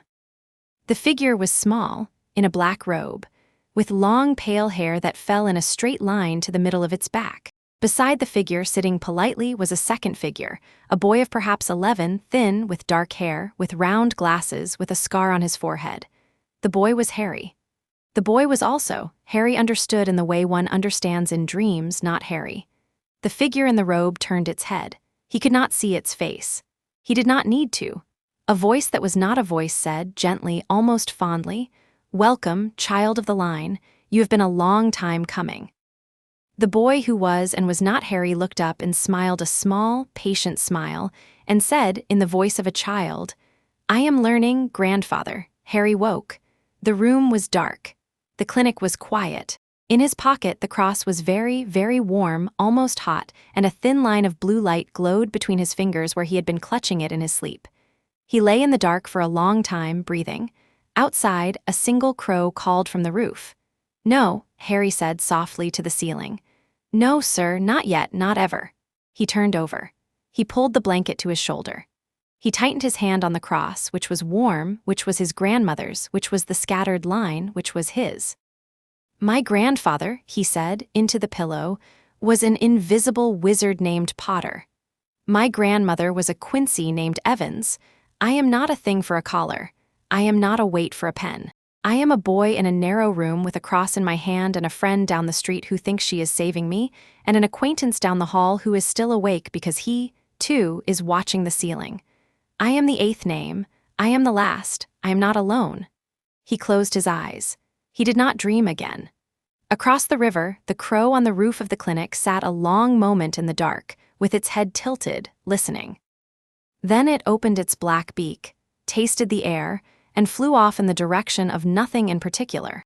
In the corner of the clinic's side alley, a scrap of white paper, which had not been there at sundown, smoldered to fine white ash and blew away on a wind that smelled, very faintly, of metal and of snow. Far out beyond the town, in a place that was not on any map, a tall man with a long jaw and a crown of bone leaned against a pillar of white stone and watched a black screen on which a small blue pinprick had begun, only that evening, to pulse. Beside him, a shorter, narrower figure with a mask shaped like a sickle moon read a report on a sheet of bone-colored parchment and said, in a tone of amused surprise, "A Quincy. After all this time. And a wizard too, if the auxiliary signature is accurate. What a pleasant inheritance to find in an abandoned garden." "Observe," said the tall man, without turning from the screen, "only that, the little blue pulse has a large silver shadow. Come back to me when you know what the shadow is." "Yes, Lord, and Ulquira." "Yes, do not kill him, not yet." "As you say." The black screen pulsed again. Somewhere, a long way off, a boy in a narrow clinic room slept with his hand on a warm small cross and did not know he had been named. Somewhere else, in a different kind of dark, a second screen answered the first in a pulse of its own, red where the first was blue, and a patient old voice that was not Eisen's spoke 3 soft words into an empty throne room. "The child lives," and the room itself, vast and lightless, seemed to lean forward a fraction of an inch to hear the words again. Chapter 2 End. Chapter 3. Wands and Holy Arrows. Ichigo Kurosaki had, over the course of 3 years, developed an intuition about Aryu Ishida's moods that he had not yet admitted in words to anyone, including himself. He recognized the Ishida of ordinary school days, who sat at his desk in the front row, straightened his glasses every 11 minutes, and corrected Achai-sensei under his breath with such accurate exasperation that the sensei had twice stopped mid-lecture and said, "Thank you, Ishida, for your contribution. Please keep it audible next time." He recognized the Ishida of competitive school days, who made a point of being first to hand in tests, not because he needed to be first, but because the alternative, Aryu had once said in a rare moment of self-disclosure, was allowing the universe's laziness to gain ground. He recognized the Ishida of emergency days, who became as still as a stopped clock, and whose voice went to a register 3 notes lower and 2 shades cooler than usual, and whom you did not, if you were wise, attempt to joke with. Today, entering the classroom at 10 to 8, Ichigo saw the emergency Ishida. "What?" Ichigo said, slinging his bag onto his desk. "Are we in for this week?" Aryu did not look up from his notebook. "Good morning, Kurosaki." "Hi, what are we in for?" I am not at liberty to say. Does not at liberty mean I'd rather not, or does it mean if I tell you you'll break something? The second. Ichigo sat down. He propped his chin on his hand. He looked at Aryu sideways. "If it means I'll break something," he said, "then you know you're going to tell me eventually because you always do. I am reconsidering my policy." "Don't reconsider," Ichigo said. "It's a good policy. It saves lives." Aryu, without lifting his eyes, allowed himself one short, involuntary exhalation that might in another human being have been classified as a laugh. "Kurosaki," he said, "do you know a boy named Potter?" Ichigo thought. "Skinny British kid. Works at the bookstore, wore a cast for a week last spring and wouldn't say why." "Yes. Seen him around, never talked, he keeps his head down. He is about to keep his head considerably less down. He is a Quincy. His friend, who is a wizard from his former life, has arrived in town on dream guidance. There is a hollow master and possibly a fragment of his old enemy interested in him. There is also, as of, Aryu consulted his watch, 40 minutes ago, the likelihood of a Menno's breach near the fourth ward, which I am only going to be able to contain with 2 bows instead of 1. I am telling you this because if he and I fail, you will need to finish it, and you cannot finish a thing you do not understand. Ichigo was silent for a moment. Then he said, pleasantly, you say the first part of that again. Which? The bit where your new friend is a wizard. His friend. Right. His friend who does magic with a wooden stick. In their tradition, yes. Is she hot? Aryu's head at last came up. His eyes were mild. His tone was even. Kurosaki. I'm asking because, Ichigo said, leaning back, if she's hot, then I know 3 people we are going to have to keep 50 meters away from her at all times, and I need to start planning. She is, Aryu said, with the level diction of a man reading a grocery list. Intelligent, competent, and, insofar as I am a fair judge of such things, pleasant-looking. She is also in a stable friendship with another member of her group, and she is as dangerous as anything with a wand would be in a town she does not know. Her name is Granger. You will not today speak that name to anyone. You will today not speak to her at all. You will today keep the orange top of your head down because I need her to meet us in controlled conditions and not to encounter you, fresh off a street fight, with your shirt half off and a hollow's blood on your chin. I resent that. It's only half off like 1 in 4 times. Kurosaki? Fine, what do you need? Aryu closed his notebook. He slid it into his bag. He stood. He adjusted his glasses. I need you, he said, to be the second bow. He is new. He will not be able to carry a Menno's alone. I cannot carry a Menno's alone either today. I have not slept, and I have a chemistry practical at 11 I cannot miss. I need you to come to the canal bridge at 3 this afternoon, in your other clothes, prepared for a short, loud working afternoon. Bring Kurosaki Ichigo, not the student, not the friend. Bring, please, the one of you who does not talk through a fight. Ichigo considered. All right, he said. 3, canal, no chatter. Thank you. One thing. Yes, the girl, Hermione. I said you were not to speak her name today. Yeah, I know, I just said it, last time. Kurosaki. Is she going to figure out what I am inside of about 6 minutes? Aryu paused. He considered Hermione Granger, whom he had not yet met and had only heard about through Harry's brief evening sketch. He considered her library. He considered her evident habit of applied pattern recognition. He considered the odds of her seeing Ichigo Kurosaki once across a street in his ordinary body, and then once near the canal with his soul out, and then drawing a correct inference before tea time. She is going to figure out what you are, Aryu said. In 3. I'll bring a hat. A hat will not help. Then I'll bring 2. Aryu almost smiled. He walked to his desk. He sat down. Ache-sensei entered.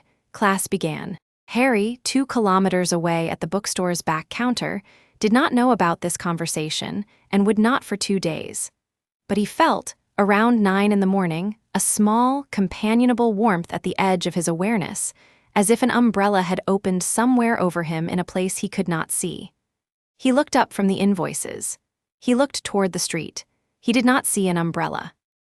He did, however, see a girl in a carefully not Hermione-looking outfit walk past his window, turn around, walk back, catch his eye, flick her gaze toward the bookshelf at the back, and walk in. Hermione Granger, as planned, bought the sequel to the cat book. She slipped a folded note into the cover. She gave the book back across the counter with her change.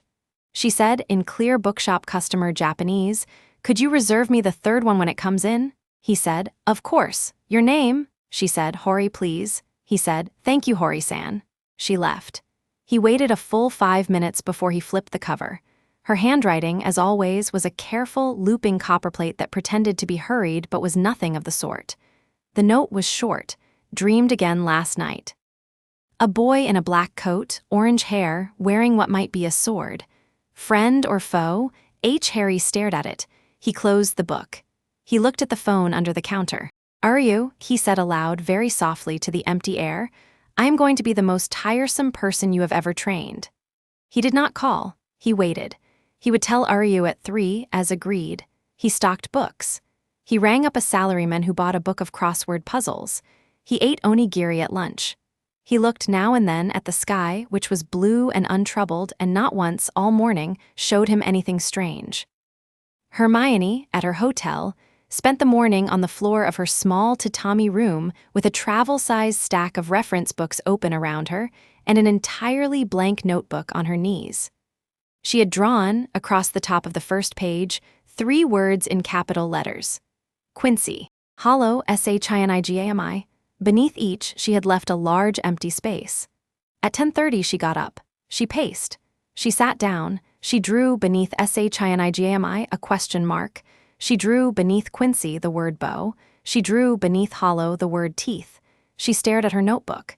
She said aloud to the air, "Harry, I am going to have to ask so many questions." The air did not answer. She considered, for a long moment, the single useful thing she had learned at breakfast, which was that the small 60-year-old proprietress of the hotel had, when Hermione had asked offhand about local folklore, brought out a photograph album dating to the 1950s, in which one blurred black-and-white photograph of the canal at dusk showed. If you tilted the image just so, a very thin, very tall, upright shape in the water that the proprietress said, with a small shrug of amusement. "My grandfather called the skinny man, and he said every town had one, and he was mad, a little, but only a little." Hermione had taken a discreet photograph of the photograph. She opened her phone. She looked at the image. She tilted her phone. The shape in the water under the right tilt resolved faintly but unmistakably into the outline of a man with long robes and a sword at his hip. "Right," Hermione said to her phone. "Right, okay." She shut her notebook. She put on her hat. She left the hotel. She spent the next 3 hours walking Karakura town systematically in concentric rectangles, not to sightsee but to count. She counted shrines. She counted oddly tilted lampposts. She counted curbs where the shadow fell just slightly at the wrong angle. She counted, twice, sidewalks where the air over them smelled, very faintly, metallic. By 2:30 she had walked 10 kilometers. She was hungry, thirsty, footsore, and substantially better informed. She bought a bottle of water from a vending machine. She sat on a bench by the canal 2 bridges down from where Harry had told her to meet him. She drank her water. She looked across the water. A figure in a black coat stood on the opposite bank, looking at her. He did not appear to have walked there. He appeared to have been there a long moment, waiting, polite. He was not the orange-haired boy from the dream.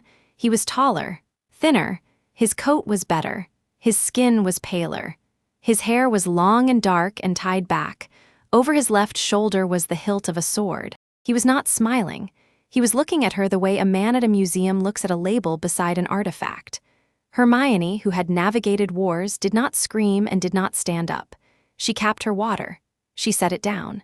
She let her right hand rest very naturally on her left forearm in a way that was not a draw but was a readiness to draw. "Hello," she called across the water in careful Japanese. The man did not answer. "I can see you," she said. He inclined his head very slightly. "I am," Hermione said, "a tourist." The man said, in an accent so perfectly educated it was almost parody, "You are not." "I am," Hermione said, "extremely a tourist." "You are holding," he said, "your left forearm in the manner of a person about to draw an implement from it. I have been watching you for 6 minutes. In the 6th minute you looked at a reflection, noticed me, and did not flinch, which means you have been taught. I am not myself here to cause you trouble. I am here to advise you. You have walked in the last 3 hours through 4 places in which my division maintains a quiet perimeter. You have counted shrines. You are tallying. You are, in short, performing reconnaissance in a district which has been, until this week, entirely stable. I am asking you, politely, to cease." Hermione considered. "I am looking for a friend," she said. "I know, you do. We have been," the man said, "attentive in this town for some days. We are aware that a Quincy signature manifested 2 days ago, near a playground, in the presence of a mid-level hollow that has been consequently removed from the ledger. We are aware that a second signature, unfamiliar to us, has arrived in the town by means we cannot trace. We are aware that the 2 signatures have crossed paths once within the hour. We are not, at present, moving against either of you. We are observing. That's a lot of we. It is a large organization. We have had 2 centuries to perfect our diction." He paused. "My name is Byakuya." I am telling you this because you have made, in the last 4 hours, a considered effort to understand your surroundings, and understanding is a currency I respect. I am telling you also that, in this town, there are 3 parties apart from mine who are also watching you, 2 of whom will not give warnings before they act. You would do well to leave today if you can. I cannot. Ah, my friend, Hermione said, has been alone for a long time. I have been looking for him for weeks. I am not going home until I have spoken with him enough to know whether his aloneness is voluntary. The man across the water was silent for a moment. His face did not change. It was not a face that changed often. You are, he said finally, a loyal person. I try. I will then give you a second warning, which is a thing I do not, as a rule, give because the first warning is usually sufficient. This afternoon, near the canal bridge 2 bridges east of here, at approximately 3 o'clock, a Menos-class hollow will emerge from a weakening in the air above the canal. My division has been tracking this weakening for 11 days. It will be, this afternoon, beyond containment by a distance observer. It will require a direct response. Your friend and his trainer will attempt that response. So will a third party you have not yet met. I will not intervene. I am telling you this so that, when you go to that bridge at 6, as I understand you intend, the state of the bridge will not surprise you, and so that, if you feel you must go earlier, you will understand the risks. Thank you, Hermione said quietly after a moment. You are welcome. He inclined his head again. He turned. He walked 3 steps. He was no longer there. Hermione sat on her bench. She drank the rest of her water. She set the bottle, very carefully, in the recycling bin beside the bench. She walked, slowly at first and then faster, and then, by the last block, running back across town, back toward the bookstore, because something in her had decided, without her permission, that she was going to be at a bridge at 3 in the afternoon whether or not she had been invited. She reached the bookstore at 8 minutes to 3. Harry had left at 10 to. He went. The proprietor, Mr. Araki, said apologetically in slow, careful Japanese, to meet a friend. He said he would be back at 4. Perhaps you can wait? Where? Hermione said. Where did he go? Yes. I do not like to say, sir, Hermione said as gently as she could. I think he may be in danger. Please. Mr. Araki studied her for a long moment. He was, among other things, a man who had raised 4 daughters. He understood a certain kind of face on a certain kind of young woman. The canal bridge, he said. The 3rd east. Thank you. She ran. 2 blocks from the canal, she felt the air tighten. It was a specific tightness. She had felt something like it once before, at 17, in a corridor that was only partly a corridor, and she remembered it now with a vivid physical rush. It was the tightness of a room where a very large thing is about to happen to a very small space. Her ears popped. Her mouth went dry. A block from the canal, she heard a sound that did not belong to any street. A long, low, subsonic groan, as if the sky were a leather drum and someone had pressed a thumb into its center. Half a block from the canal, she saw the sky. Above the canal, a vertical slit of absolute black had opened in the air. It was not a hole, it was a gap. It was the gap between 2 pages. Through the gap, slowly, a shape was lowering itself. A shape so large and so featureless that her eyes, for a full 2 seconds, refused to cooperate and insisted she was looking at a stain. It was not a stain. It was a foot. The foot was, at a rough estimate, the size of a small car. Above the foot was a leg. Above the leg, slowly emerging, was a body, robed and massive, topped with a white mask the size of a shrine gate, the mask cracked in a long diagonal line across the snout. Menos-class hollow. Hermione knew the word now. She would know it for the rest of her life. On the canal bridge, 2 figures stood. One was Harry. The other was a tall, narrow boy with glasses, in a white uniform, Uryu Ishida, she realized.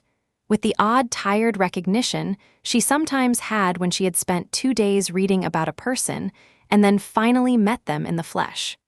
Both of them were raising bows. Harry's bow was a slim, clean blue-white arc. Uryu's was larger, more ornate, silver-white and fringed with a corona of what might have been feathers. They drew as if they had been drilling together for a month, not 2 days. Hermione, who had seen a great many people coordinate under pressure, noted the professional precision of it, and felt, under her panic, a small, absurd pride. But the hollow was bigger than the bridge. It was bigger than the block. "Harry," she said aloud, standing in the street 20 meters away because she could not help herself. Harry's head snapped toward her. For one instant he looked, simply, furious. Then, because Harry Potter had spent a great deal of his life reallocating fury on very short notice, his face cleared and he shouted across the distance in English, "Stay where you are. Do not cast. Do not run. I see you. I love you. Do not move." Hermione did not move. Above the canal, the Mennos completed its descent. Its foot touched water. Steam rose. The water did not boil. It evaporated instantly in a column, leaving a circle of wet stone where the canal had been. The Mennos lifted its head. Its mask opened. A thin, bright red point of light began to gather slowly at the center of its jaw. "Zero," said Aryu tightly to Harry. "It is about to fire. Heart shot. Now, Potter, now. I'm new at this. Now." And then, with a sound like an axle snapping, something else arrived. A black coat, a flash of orange hair, a very large sword, and an enormous, entirely unprofessional shout. "GTSUGA, Kurosaki, wait, TNSHO." A sickle of blue-white energy, the length of a bus, split the afternoon air and struck the Mennos across its waist. The Mennos staggered. The thin, red point of its zero guttered and died without firing. It roared, a sound that emptied every bird from every tree within a kilometer. On the bridge, Aryu did not turn his head. His expression, if anything, became tighter. "I told you," he said to Harry, "no talking through the fight." Harry, whose mouth had fallen slightly open, managed, He is Kurosaki. He is a friend of mine in the sense that we have saved each other's lives a regrettable number of times. His methods are crude, his effects are considerable. He will not remain your problem. At present he is our ally. Draw, Potter, loose into its shoulder. Uphill, now." Harry drew. He did not think about his form. He did not think about the scattered line. He did not think, for once in 3 days, about his mother. He thought instead of Hermione standing 20 meters away in a street, with a face so pale it was almost translucent, and her wand nowhere in her hand because she had, correctly, judged that her wand would be useless and her presence would be unforgivable, and he thought, not her. Not here. Not this afternoon. Not ever, if I can help it. The arrow that came out of his bow was not the beginner's arrow from yesterday. It was a thing of fine, terrible geometry, a bolt of pale light with a spine of cobalt blue running its length and a fletching that curled and uncurled as if breathing. He did not consciously make it so. It made itself out of his wanting. He loosed. The arrow climbed in a clean curve. It struck the Mennos at the crease of its left shoulder. It did not explode.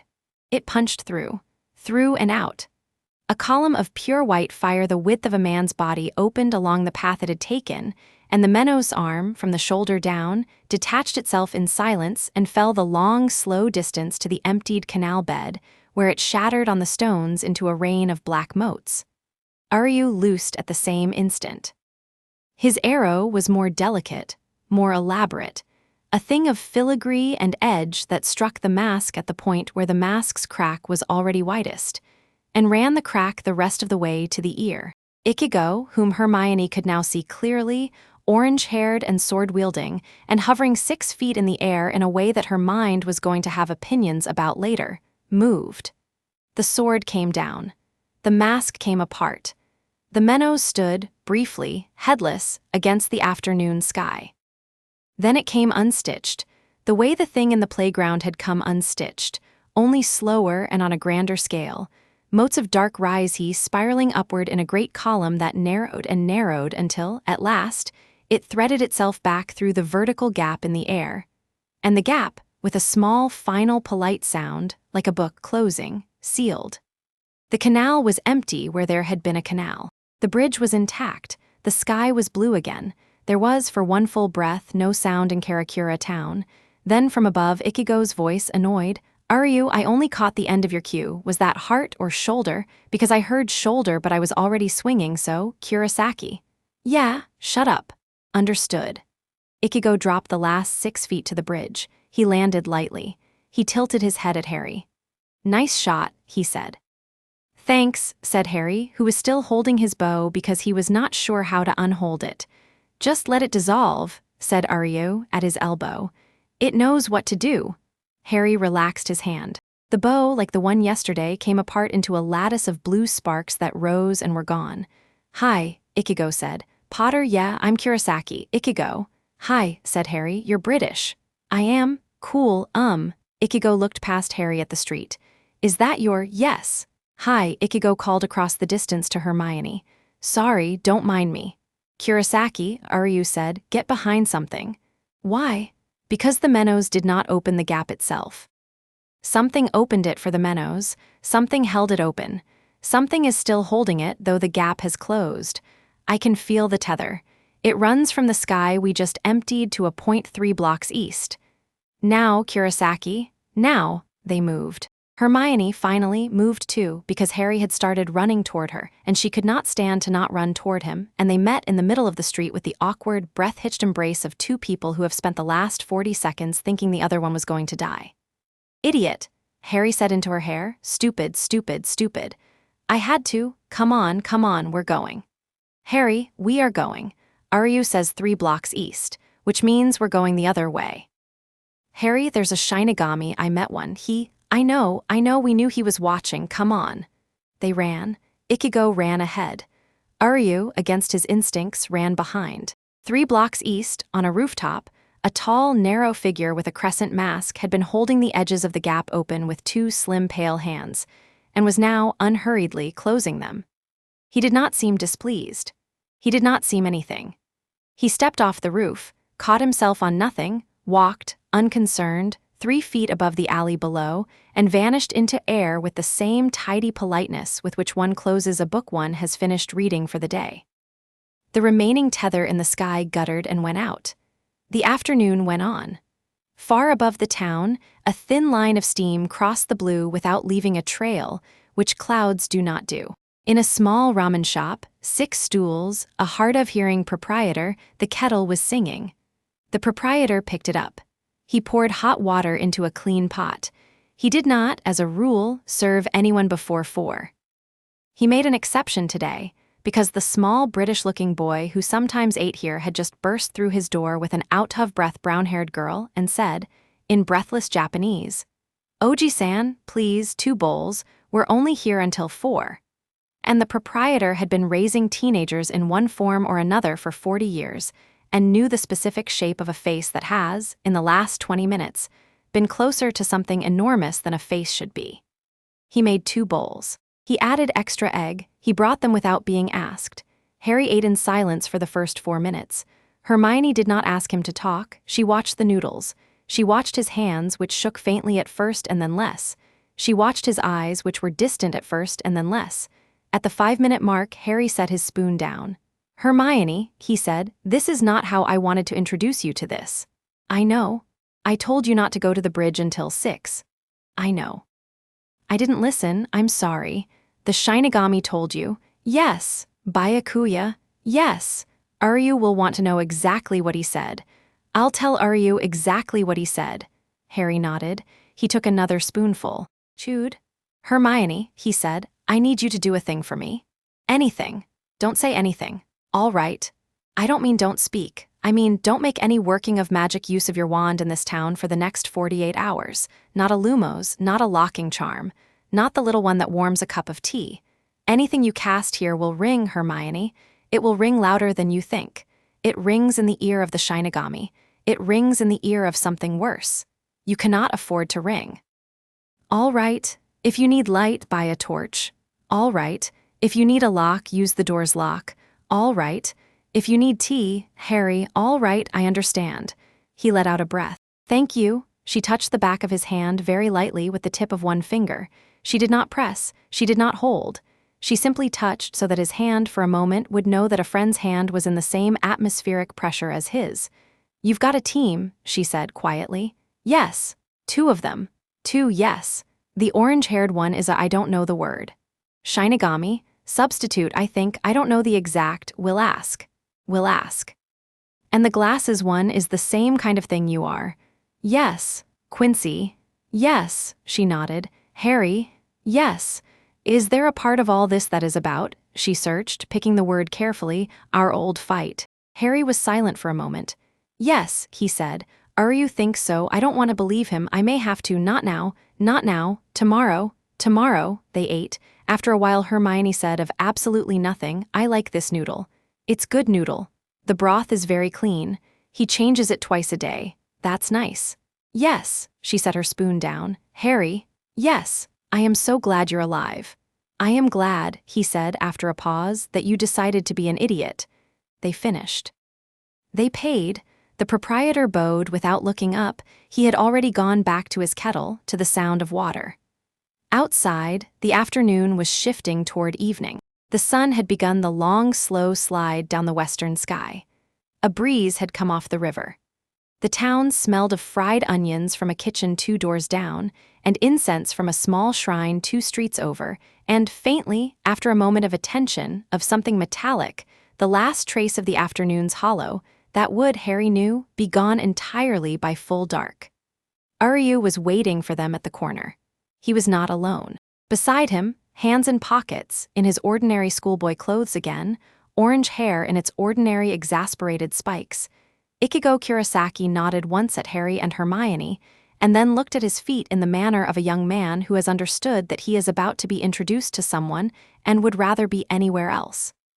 Granger-san, Aryu said, in English, bowing slightly. I apologize for the conditions of our meeting. My name is Ishida. This is he paused a fraction of a second, friend Kurosaki. Hi, said Ichigo unhelpfully. Hello, said Hermione in careful English. She bowed a little unsteadily. It was her first bow in 4 years and it had been absent from her practice. Thank you both she gestured vaguely upward. For the? You are welcome, said Aryu. Yeah, said Ichigo. There was a small silence. Granger-san, Aryu said, Potter-san has told me that you have come here because of a dream.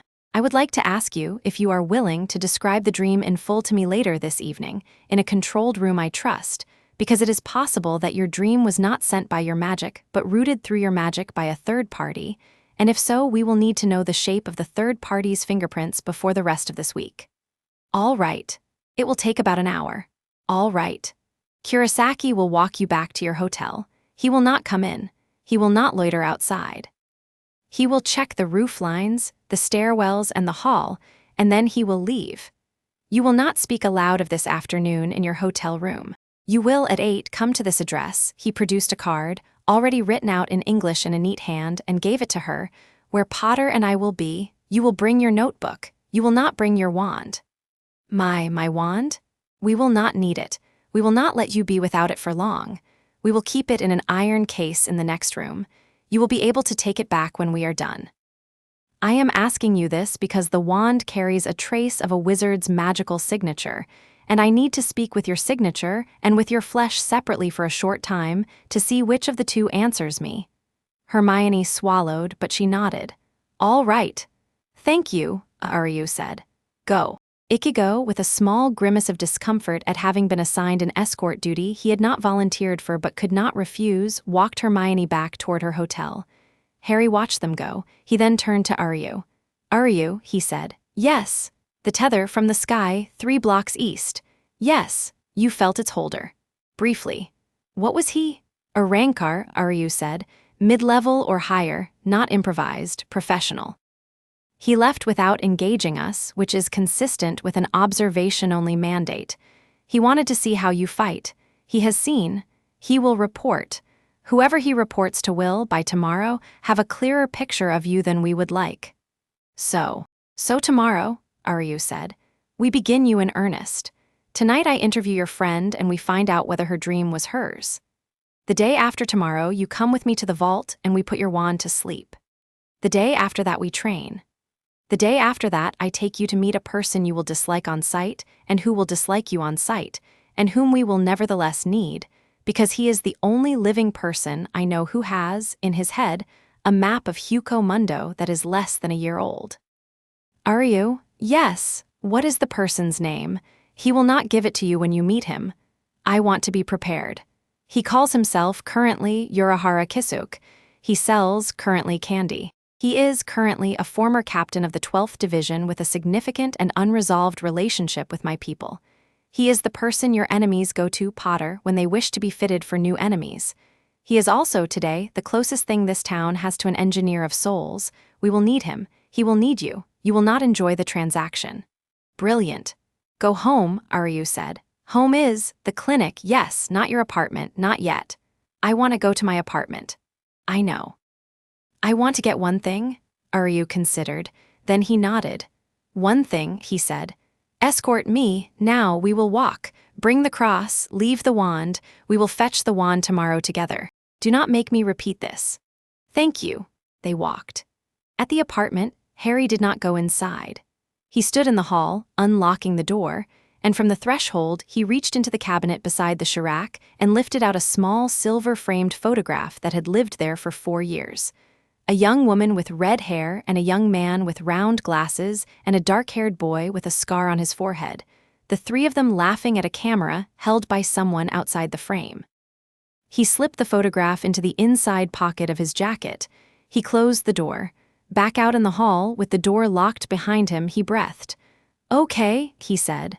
Okay, Aryu said. They walked back to the clinic through the first blue dusk. Somewhere, a crow called. Harry did not look up. In his pocket, the small silver cross and the small silver frame lay beside each other, close as siblings. At 8, Hermione came to the clinic. The back room was not the same room Harry had slept in the night before. It was smaller, whiter, windowless, and had along its far wall a set of shelves stacked with what appeared to Hermione, in one alarmed glance, to be actual human femurs. Aryu, noting her expression, said, without turning from the desk, teaching specimens. They are all, I assure you, over 100 years old, and were, in life, willing donors to a medical school. My family buys them from an antiques dealer in Hokkaido. They are here because bone is, as it happens, an excellent insulator against certain kinds of spiritual listening. Sit. She sat. He placed a cup of tea in front of her. He placed a small blank paper card in front of himself. He took a pen. He looked at her over his glasses. Granger-san. Hermione, please. Hermione, I am going to ask you quietly a short series of questions. I am not going to use any charm or weapon on you at any point. I will, however, be watching the card. The card will show me, in ink that is not mine, whether the answers you give come from you or through you. Do you understand? Yes. Your wand is in the next room in an iron case. All right. First question. In the dream, was the boy in the black coat speaking? Number, the card remained blank. Second, was there a voice in the dream other than yours? She paused. Yes, she said, a low voice, not speaking to me, speaking, through the orange-haired boy, number near him, over his shoulder. A single fine brown line appeared on the card, curved like a comma. Aryu's mouth tightened. Third, was the voice male? Yes. The line thickened. Was it old? Yes. The line became an arc, a piece of a circle. Was it kind? Hermione swallowed. It was, she said after a moment, the kindest voice I have ever heard. That was what scared me most about it. The arc on the card closed itself into a perfect circle. Inside the circle, as Aryu and Hermione watched, a second mark appeared, a small, careful upright cross drawn by no hand they could see. There, Aryu said softly. Aryu, Harry said, from the doorway where he had been standing silently for the whole interview. Yes, I see, Aryu said. He did not take his eyes off the card. Hermione, I am going to ask you one more question, and then we are going to stop, because I do not want to draw a larger mark than this tonight. Do you understand? Yes. Last question. In the dream, did the old kind voice say, to you or to anyone, the word grandfather? Hermione opened her mouth to answer. She paused. She closed her mouth. She opened it again. Her eyes widened. I don't remember him saying it, she said slowly, but I remember thinking the word in the dream, just once, very clearly. I thought, this is someone's grandfather. Then I woke up. The circle on the card pulsed, very faintly once, and then faded to nothing, leaving a pale brown ring as if from a teacup. Aryu set the pen down. Thank you, he said to Hermione. That is enough. Your dream was not sent by your magic. Your dream was rooted through your magic by a third party. The third party is the person I will not name in this room. He used the window your love for Potter opened to give you the image you needed to find him, because he wants Potter found. He does not want Potter killed. He wants Potter found. He wants, in particular, Potter to understand that he has been seen, and that his being seen is, from the third party's perspective, a kindness. It's not a kindness, Hermione said tightly. Number, it's a collar. Ariu almost smiled. Hermione Granger, he said, we are going to get along. I gathered. Potter, Ariu said, without looking up, your friend is cleared, she is not compromised. She is being watched through the same channel by which she was rooted. That channel is, as of this minute, partially closed. She should stay at the clinic tonight in the second cot if she is willing. Her hotel is no longer private. Hermione nodded before Harry could ask. Of course, she said. Thank you. Then sleep, Ariu said. Both of you, tomorrow we go to the vault. The day after we train, I will wake you at 6. Harry and Hermione, in opposite cots along opposite walls of a narrow back room in a small clinic in a town neither of them had been born in, lay awake for a long time listening to each other pretending to sleep. Once, very softly, Hermione whispered, Harry. Yes, the old kind voice. In my dream, he did say something just before I woke. I didn't tell Ariu, I don't know why. What did he say? He said, I have been waiting for you a long time, young lady. Harry was quiet for a long moment. Hermione, he said at last, when we wake up tell Ariu. I will. Don't carry it. I won't. I needed to say it out loud once to a person so that it was a thing in the world that had been said, and not only a thing inside my head.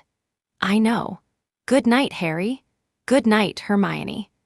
Outside the narrow back room, in the clinic's corridor, Ariu Ishida stood listening to the quiet of the building for a very long time. His hand in the pocket of his white jacket rested on his own small cross. It was warm. He did not sleep that night at all. He made tea. He drank 2 cups. He read 3 pages of his grandfather's notebook. He put the notebook away. He stood by the second-floor window and watched the rooflines and the alleys until dawn, and he did not see the Arankar scout, but he felt him once, twice, 3 times at the edges of his awareness, making a patient circle of the block.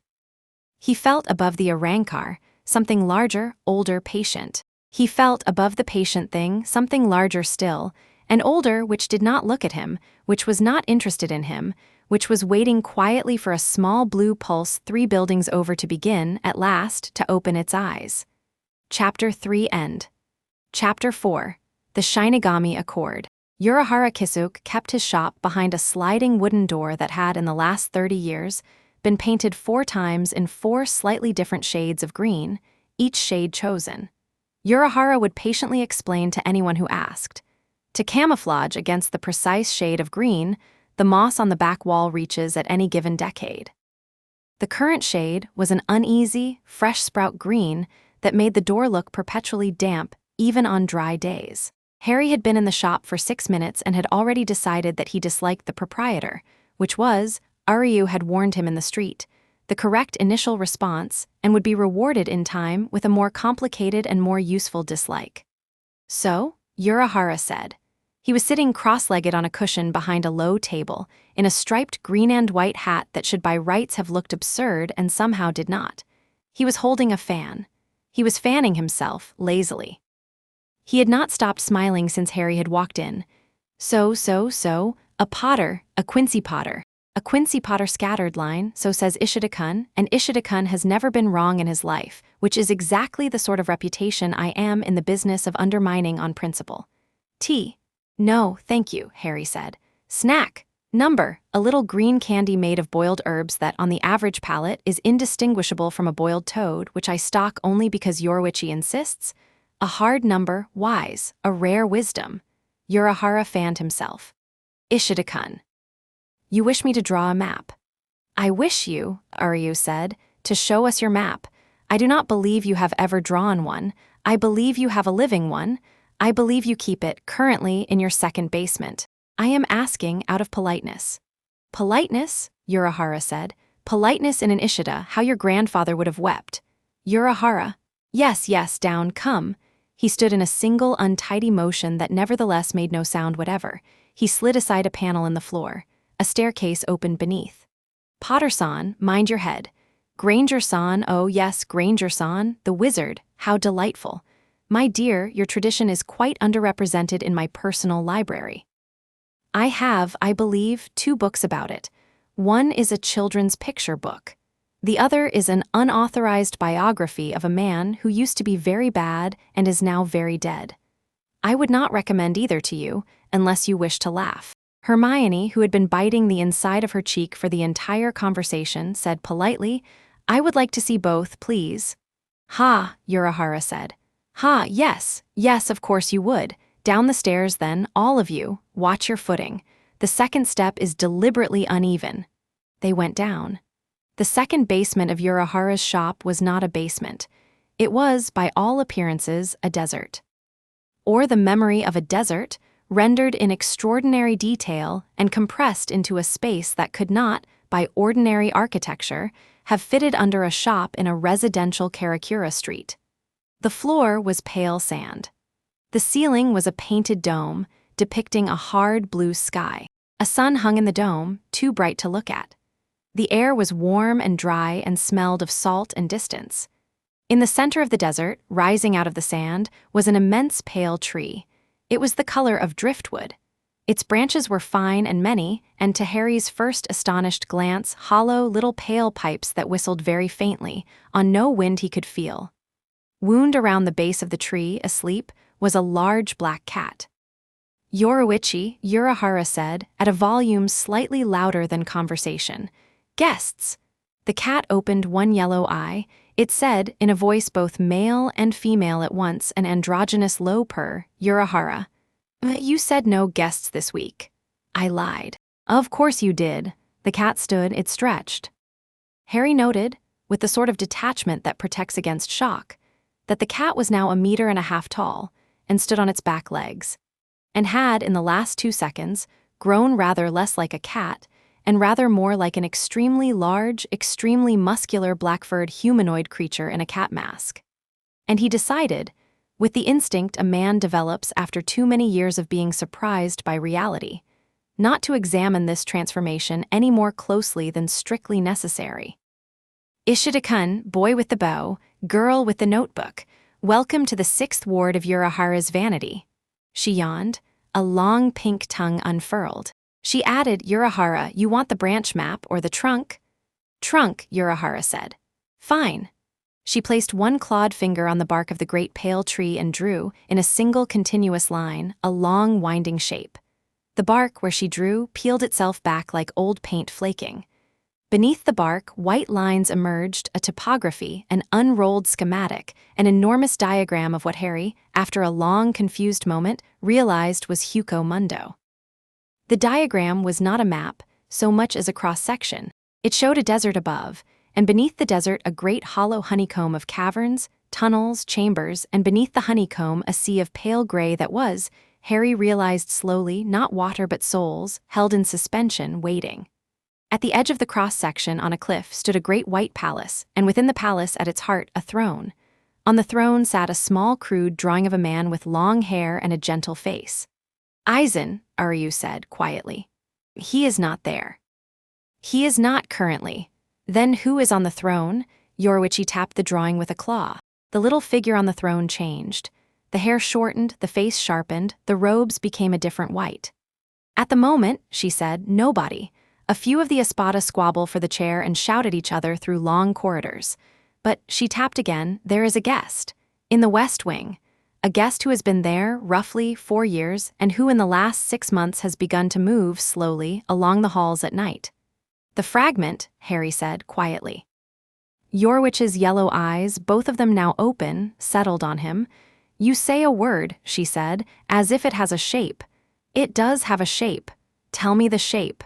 Harry closed his eyes. He did not like this. He had not wanted to say these words aloud in front of this much Rise-he.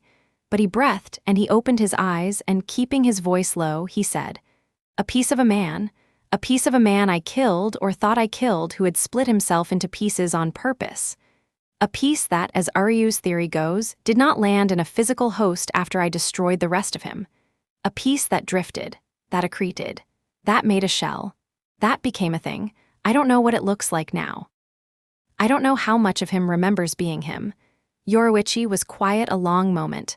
"Boy," she said, "the thing in the West Wing has a face. The Espada call it, among themselves, the Whisperer, because it has not yet begun to speak aloud, only to speak through the walls of the palace at night into the dreams of certain Arankar. What does the face look like? Like a man who wished to be a god and was refused, pale, noseless, flat-eyed, long thin hands, a mouth that cannot decide whether it is human or snake." Harry closed his eyes again. "Yes," he said, "you know him. I knew him. He knows you also." "Yes." "He is saving his voice, child. When he speaks, he will speak to you." Harry opened his eyes. Hermione, beside him, had taken his hand without looking. He squeezed her fingers once. "How much time do we have," he said, "before he speaks?" Yoruichi considered the map. She tapped it in several places. Lines lit up. A small glow moved along one of the lines, like a bead along a string, slowly. 2 weeks, she said. 3 if he is lazy, 1 if he is not. There is, however, a second consideration. Which is, said Urahara softly from behind them, that the Godai 13 have in the last 48 hours begun to notice. Harry turned. Urahara was no longer smiling, quite. The fan was folded, closed, held very still in his hand. "The Shinigami," Harry said, "the Shinigami. Byakuya." Hermione already met Byakuya. Byakuya said his division was observing. "Byakuya's division is observing," Urahara said. "Byakuya himself is observing. Byakuya is a reasonable man within the frame of being Byakuya. Byakuya is not the problem. Byakuya reports upward. Upward, in a tree like the Godai 13, is complicated. There is a captain in the 11th who will not care about you. He will care only when he can hit you. There is a captain in the 12th who will care about you in a way you will hate. There is a very old man at the top whom you will, if you are fortunate, meet only once in your life, and who will, in that one meeting, decide whether your line lives or dies. There is also," he paused, "a small faction, old, quiet, unofficial, a faction that would prefer, as a matter of tradition, to see the last Quincy dealt with by the same method as the others." "A purge," Hermione said sharply. "Yes. I thought the purge was 200 years ago. The decision was 200 years ago. The policy never officially ended. It was simply not renewed because, as they believed, there was no one left to purge. Now there is someone. Now the policy, in the minds of the small, quiet faction, has a pending action." "How many in the faction?" Uryu said, tightly. "Fewer than you feared, more than you hoped, not enough to act openly, more than enough to act quietly. A lieutenant here, a 7th seat there, a retired captain in the Rukengai with a private library and a long memory. They are not a coup, they are a cell. They have been waiting for a name to appear on the ledger. The name Potterson has appeared." "Wonderful," Harry said. Yes, isn't it?" Urahara opened his fan again. He fanned himself. He smiled thinly. "A second piece of news, less terrible. Not good, I fear, but less terrible." "Go on." "Byakuya has, this morning, filed a request with his captain commander for permission to meet with you, personally, in Karakura, under flag of peace, before the quiet faction acts. He is hoping to put a formal register in the way. If you are officially known to the Godai 13, and officially under a non-aggression treaty, then the cell cannot act without openly defying the commander. They will still try. They will try more carefully. It will buy you time. How much? A month, perhaps 2. And the cost? Ah, yes, the cost." Urahara's smile did not waver, and Harry understood, suddenly, why a man smiled like that when he was about to say a thing a friend would not enjoy. "The cost is a meeting in person with Byakuya and with his sister, who is Kurosaki-kun's." He waved a vague hand. "The little one. Rukia. You will agree in that meeting to be catalogued. Your signature will be recorded. Your face will go on a sheet of paper in a locked room. You will not be bound, exactly, you will be noted. The note will, under the Godai 13's bylaws, require from you a short list of promises, one of which, historically, has been particularly unpleasant for my people." "Which one?" "The promise not to teach," Harry blinked.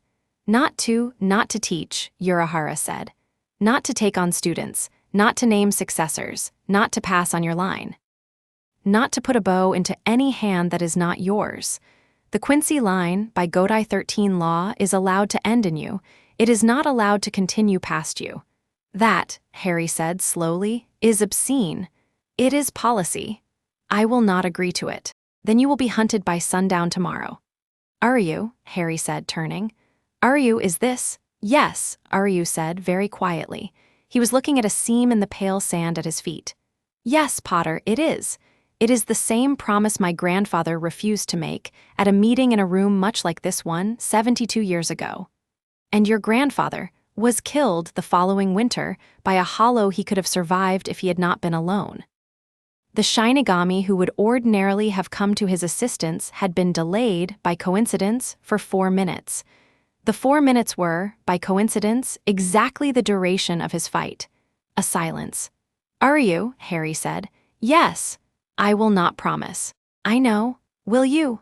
Aryu was silent for a long moment. He did not look up. No, he said.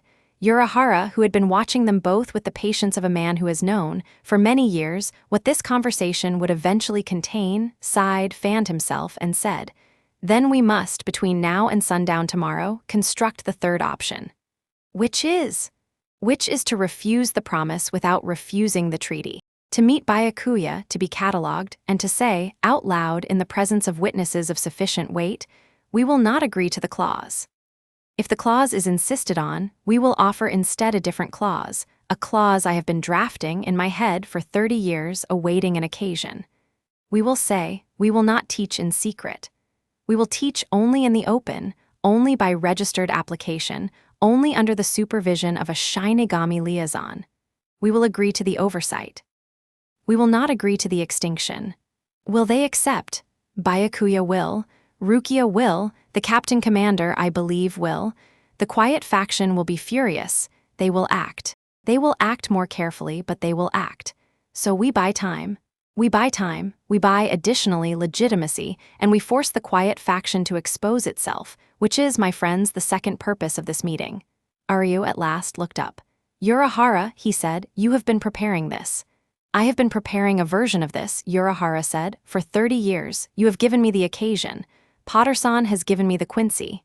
You are using him? I am using the situation. He is the situation. If he objects to being the situation, he may leave. He will be hunted tomorrow by sundown.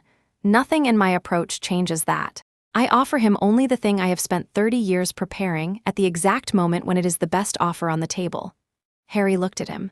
I'm not leaving, Harry said. I thought not. I want terms. Of course. Write them down.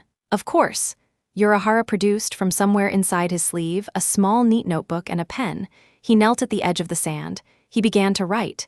Hermione beside Harry was holding his hand very tightly. Harry, she said quietly. Yes. This is very fast. I know. Are you all right?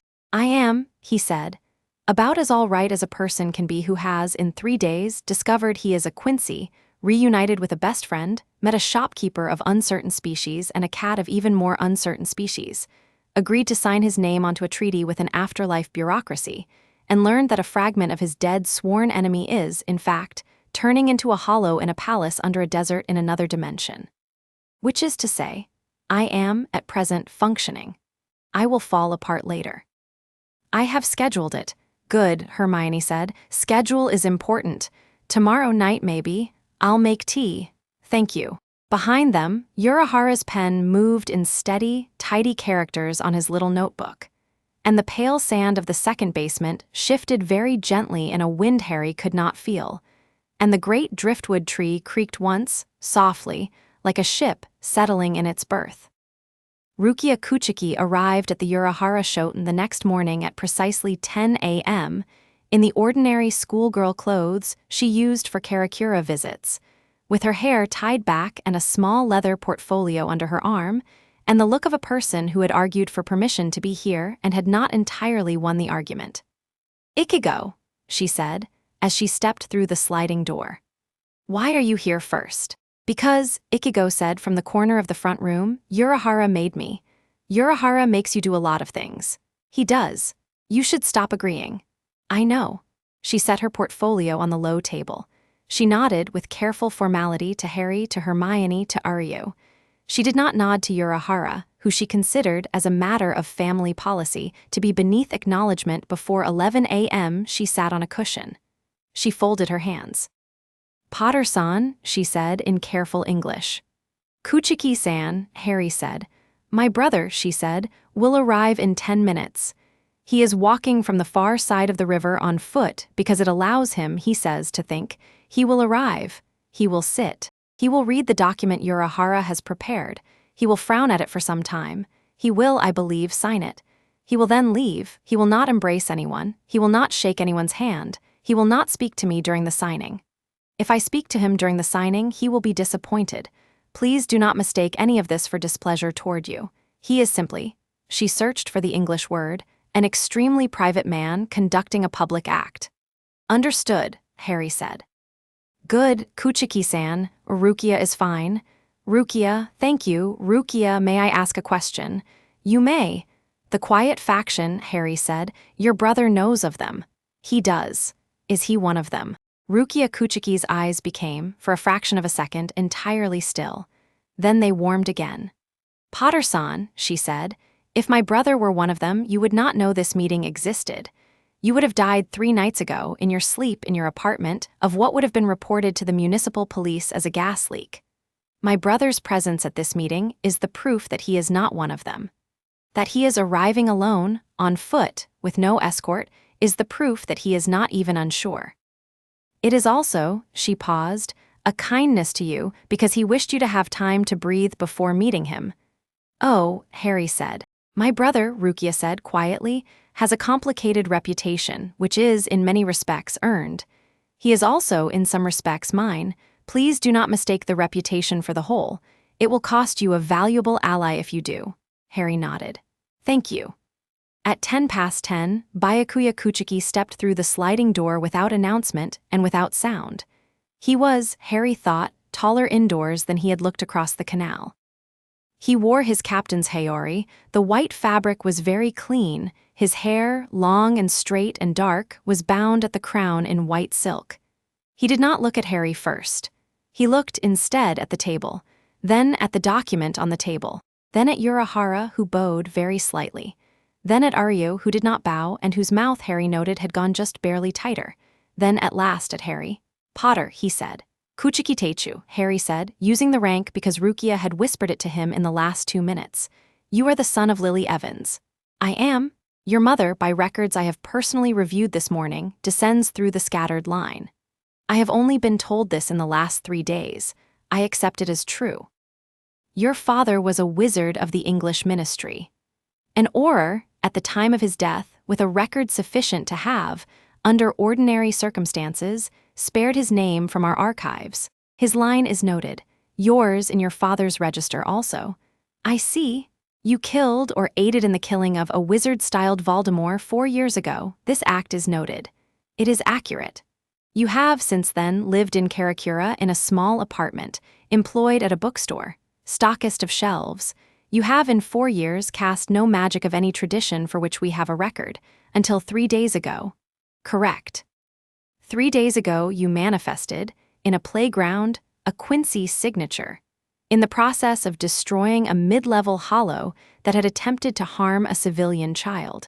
2 days ago you assisted in the destruction of a Menos-class hollow in partnership with Ishida Aryu and Kurosaki Ichigo. 1 day ago you declined, through Urahara Kisuk as your proxy, to accept the standard Quincy clause of the Godai 13 catalog. Correct. I have been authorized by my captain commander, Byakuya said, without inflection, to offer you, in place of the standard clause, the amended clause drafted by Urahara. I have also been authorized, in the event you accept the amended clause, to receive your signature on the treaty, to seal it with my name, and to commit the 13 divisions to the protections it stipulates. These protections are non-aggression, non-interference, active defense by the 6th Division against unauthorized parties within the Godai 13 who may attempt to harm you, active cooperation within my discretion against external threats, mutual notification within reasonable bounds of material incidents. I accept the amended clause. Before you sign, I will read the amended clause to you aloud. Please do. Byakuya lifted the document. His voice, when he read, was neither loud nor soft. It was the voice of a man reading a law. Clause amended. The Quincy, known henceforth in these records as Potter Harry, may instruct in the Quincy arts under the following conditions. 1. Instruction shall be by registered application only, the application to be reviewed by the 6th Division within a period not to exceed 30 days. 2. Instruction shall take place only in physical locations known to and approved by the 6th Division. 3. All students of the Quincy, named henceforth as the apprentices, shall themselves be registered, their signatures recorded, and their names entered into a locked register accessible only to the captain commander, the 6th Division captain, and the instructor. 4. The apprentices shall number no more than 5 at any one time. 5. In the event of death of the Quincy, the apprentices shall be released from their instruction, not bound to each other, and permitted to register successor instructors by application. 6. This clause, once signed, may be amended only by the explicit agreement of 3 parties, the captain commander of the Godai 13, the Quincy, and the 6th Division captain. 7. This clause supersedes in full the prior clause. 8. The prior clause is, by the authority of the captain commander, rescinded. 9. The rescission is effective immediately. A silence. Aryu, at Harry's side, had gone very still. His hand, Harry noticed, was in his pocket on his cross. He was staring at a point on the floor. Ishida, Byakuya said, without turning. Captain, you, as well, your name shall be entered in the register, at your election, either as an additional instructor, under the same conditions, or as an apprentice. The rescission is as effective for you as for Potter. Aryu did not speak for several seconds. Captain Kuchiki, he said, at last, in a voice that was slightly roughened, are you aware that this is the largest concession the Godai 13 has made to my people in 200 years? I am aware. Are you aware that my grandfather refused a version of the original clause in 1954 and died as a consequence, and that the refusal was remembered in our family for 3 generations? I am aware. Are you aware that you, personally, had no part of the 1954 decision and are under no obligation to atone for it? I am aware. Then why, Aryu said, very quietly, are you doing this? Byakuya was silent for a long moment. He set the document down. He folded his hands. Ishida Aryu, he said, my sister was, for many of her early years, a ward of the Shinigami Academy under a cloud of suspicion. She was not, as it turned out, guilty of what she was suspected of. She was nevertheless nearly executed on the order of the captain commander, under a policy that at the time I had, privately, agreed with. The order was countermanded, the policy was later found to have been misapplied, and my sister was restored.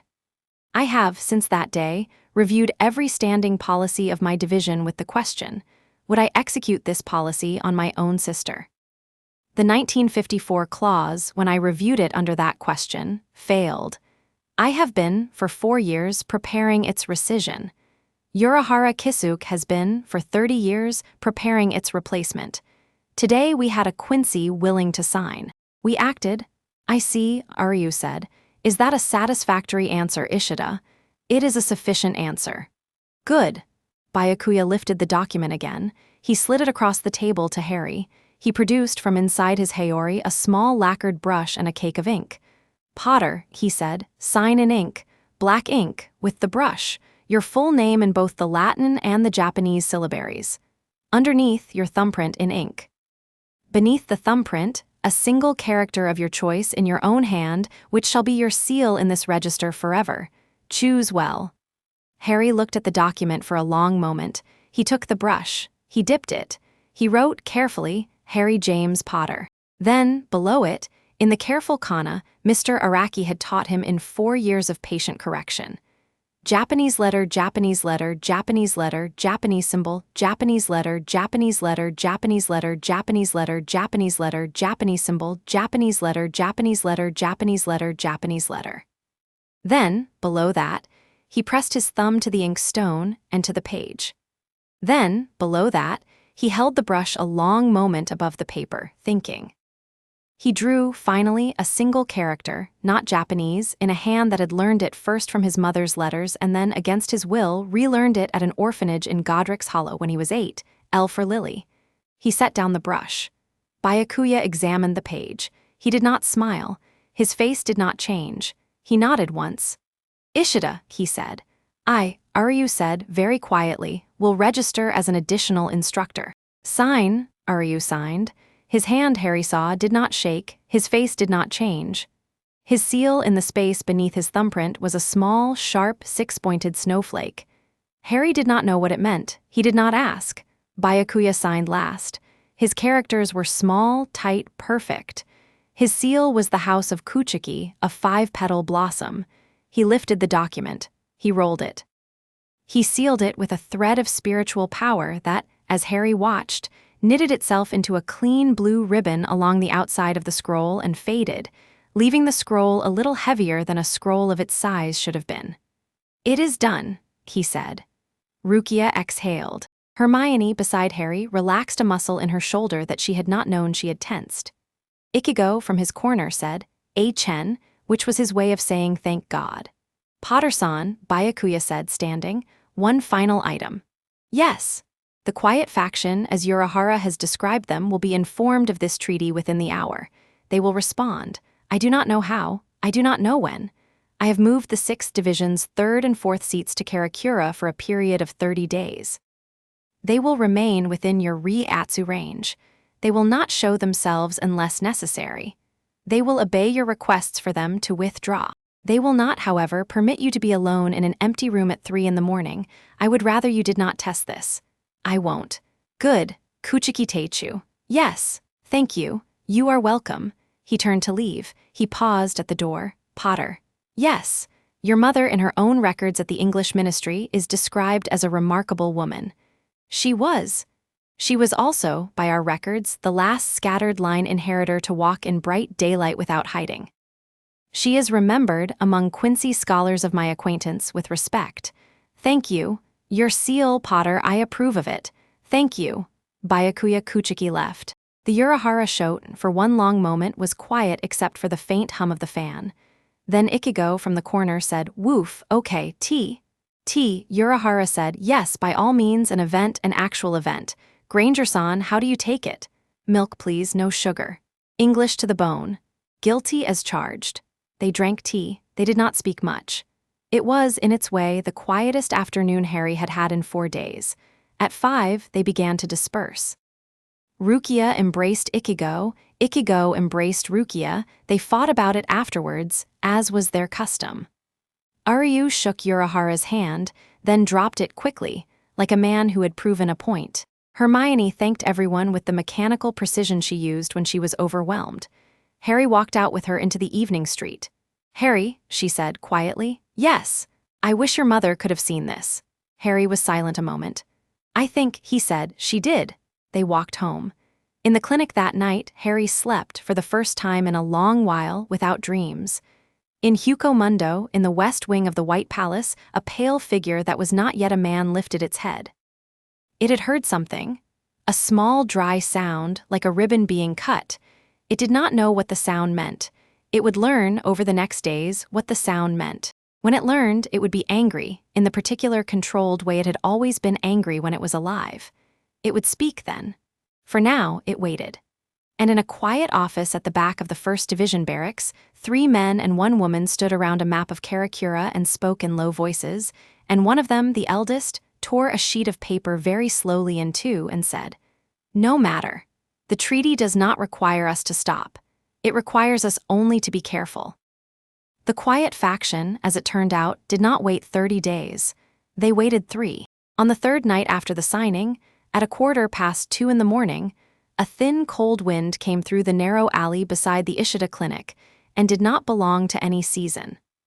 The wind picked up a paper cup from the alley floor and set it down again, precisely, 3 feet from where it had started. In doing so, it passed across the back of the neck of a man who was standing, invisible to anyone without training, in the shadow of the clinic's rubbish bin.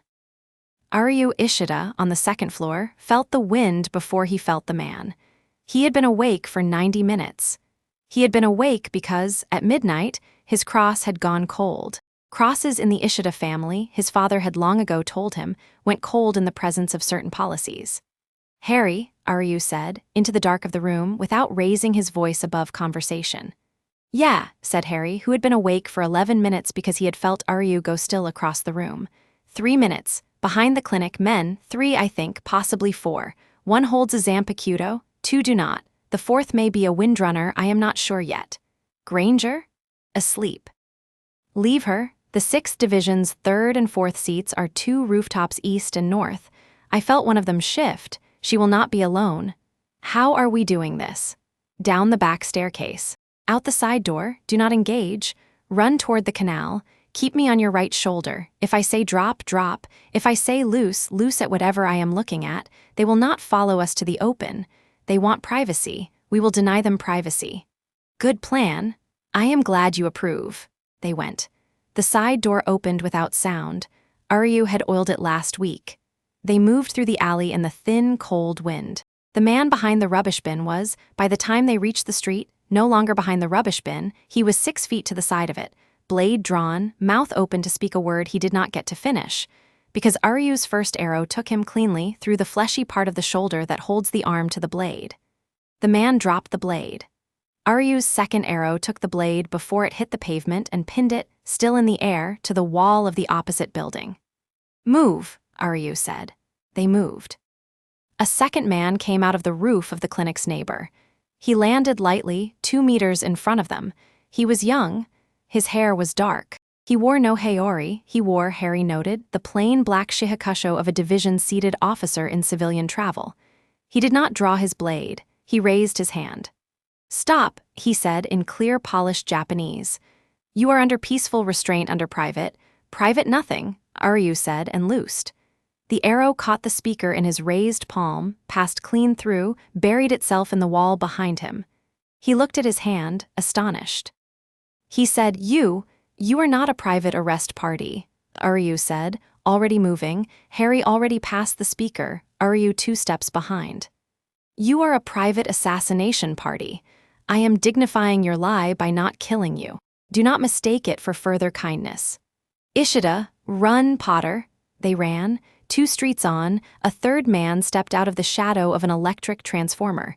His blade was already drawn. Harry, without thinking, drew his bow as he ran. The draw was easier than it had been any of the previous times. The bow was a little larger than it had been. The arrow at his string was longer, and loosed at a flicker of shadow he could not have named in daylight, and the flicker of shadow, which was the third man's blade arm, came up short against a pale arrow buried to the fletching in its shoulder. The third man went down, cursing quietly. The 4th man, who was indeed a windrunner, came along the rooftops behind them. Harry heard the light patter of his feet and felt, an instant later, the quick tug at his spine that meant a spiritual weapon was being charged somewhere nearby in the air. "Aryu, I know. I'm not tall enough. You are. Turn. Loose." Harry turned, while still running, and loosed blindly up and back. The arrow went over his shoulder. He heard the soft, definite crunch of a rooftop tile being displaced, the brief scrabble of a pair of feet regaining balance, then a single quick angry hiss, and the unmistakable sound of a Zanpakuto being sheathed in a fury that did not, tonight, carry through. The 4th man did not follow them into the open. They reached the canal. They stopped. They bent. They breathed. Above them, the rooftops behind were still. A single owl somewhere in the trees along the water went on about its ordinary business. The wind off the water smelled of silt and algae. "How many arrests," Harry said between breaths, "do you think they'll file on me by morning?"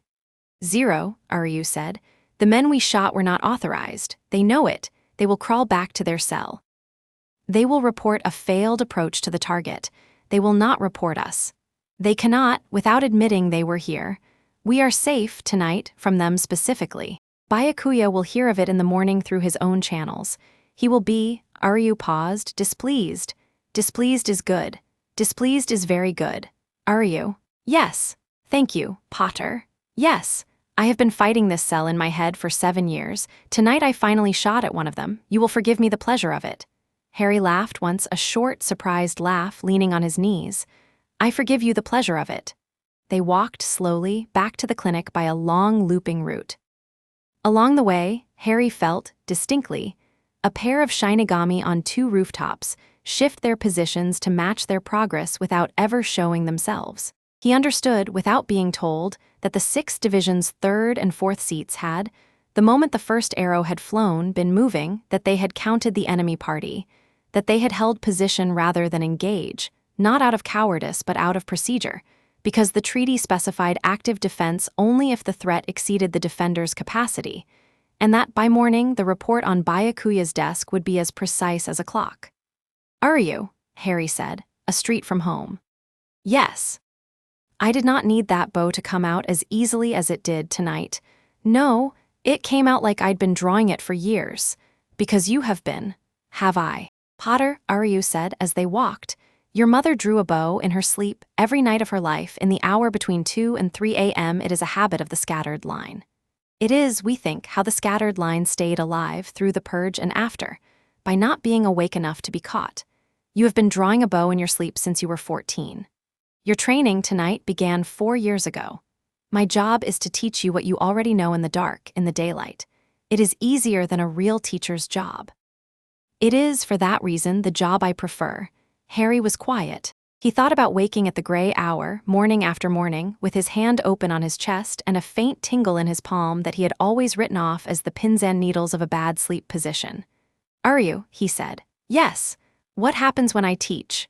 "You teach." "No, what happens to me, to my line?" "The line moves. It remembers through you. When you take on an apprentice, a small part of your rise he becomes the apprentice's seedbed. The apprentice grows from it. When the apprentice flowers, your seedbed integrates. Your line extends. It is, in its way, why the Godai 13's old clause was so obscene. It was not killing a man. It was killing a line, forward and back, by refusing its motion. It was sterility by decree. And now, Aryu said, the line lives. Who's my first apprentice? Potter, Aryu said, almost amused, you need to live another 3 years before you are ready for an apprentice. Do not rush to be a teacher. Be for a while a student. Who's my teacher?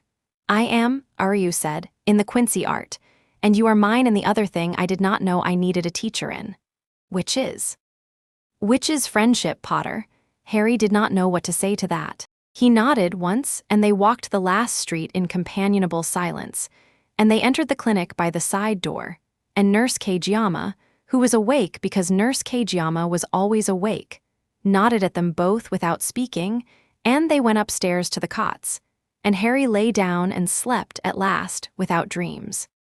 In the morning, Byakuya Kuchiki's office received a report of 3 seated officers in the 5th, 8th, and 10th divisions who had, that night, reported minor training injuries of a form consistent with Quincy arrows. The office requested the 3 to present themselves for debrief. The 3 presented themselves. The 3 were, by week's end, reassigned to guard duties in a particularly remote district of the Rukengai. The cell, for the moment, was quieter than before, but not silent.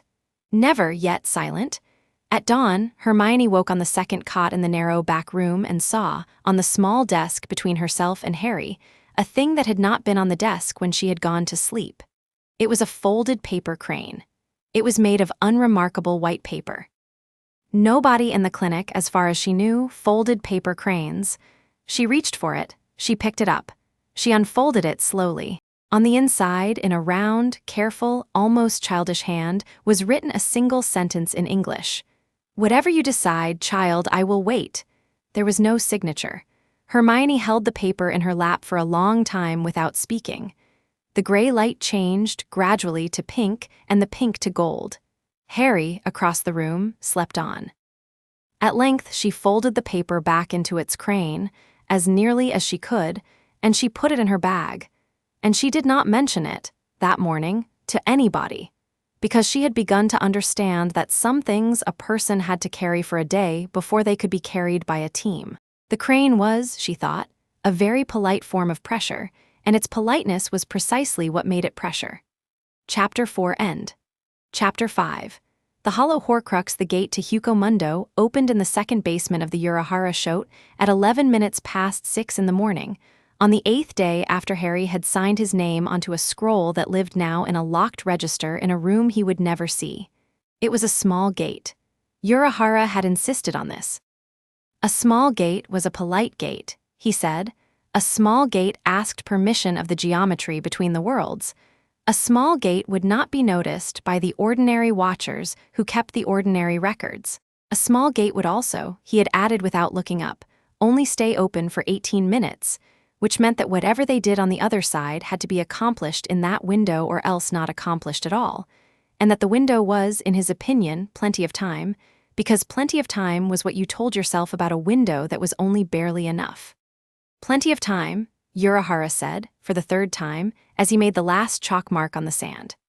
You keep saying that, Hermione said tightly. I find, Granger-san, that repetition steadies the nerves, not always mine. Why 18? Because 18 is the number of minutes between 2 observation passes by the 2nd division. The 2nd division is not, at present, one of our friends. We do not wish to be noticed by them. 18 is the exact interval. I have measured it over the last year 147 times. That is, Hermione said, reassuring. Isn't it? Harry stood at the edge of the chalk circle. He was, for the first time in his life, wearing a Quincy uniform. It had been Aryu's grandfather's. It had been taken out of a cedar chest in the clinic's basement the night before, aired on a line in the back garden, pressed by Nurse Kageyama with the grim focus of a woman ironing a shroud, and presented to Harry that morning by Aryu without ceremony. The coat fit too well. The trousers fit too well. The small 5-pointed blue star over the left breast, stitched there in pale silk, fit too well. Harry had, looking in the mirror that morning, felt the uncomfortable sensation of a man looking at a shape that had always been his, and that he had never yet been allowed to wear. Potter, Aryu said, beside him. Yes.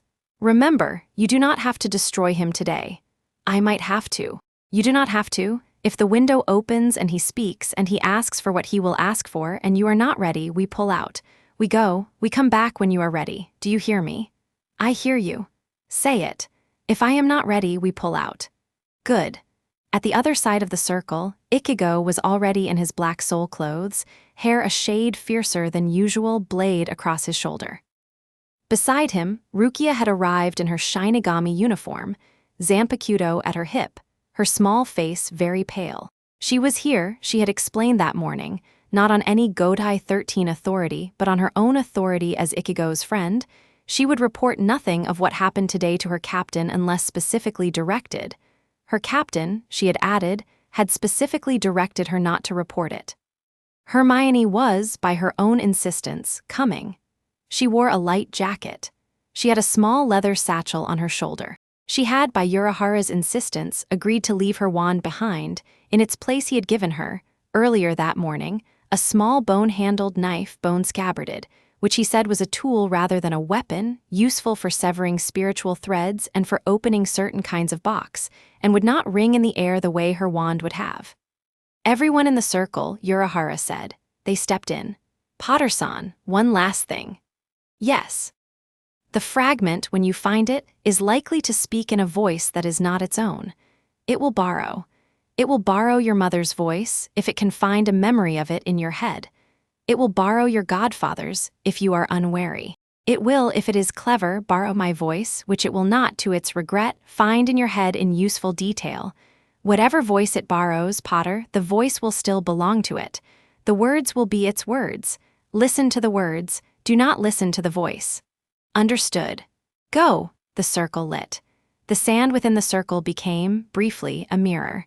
The mirror became a tunnel.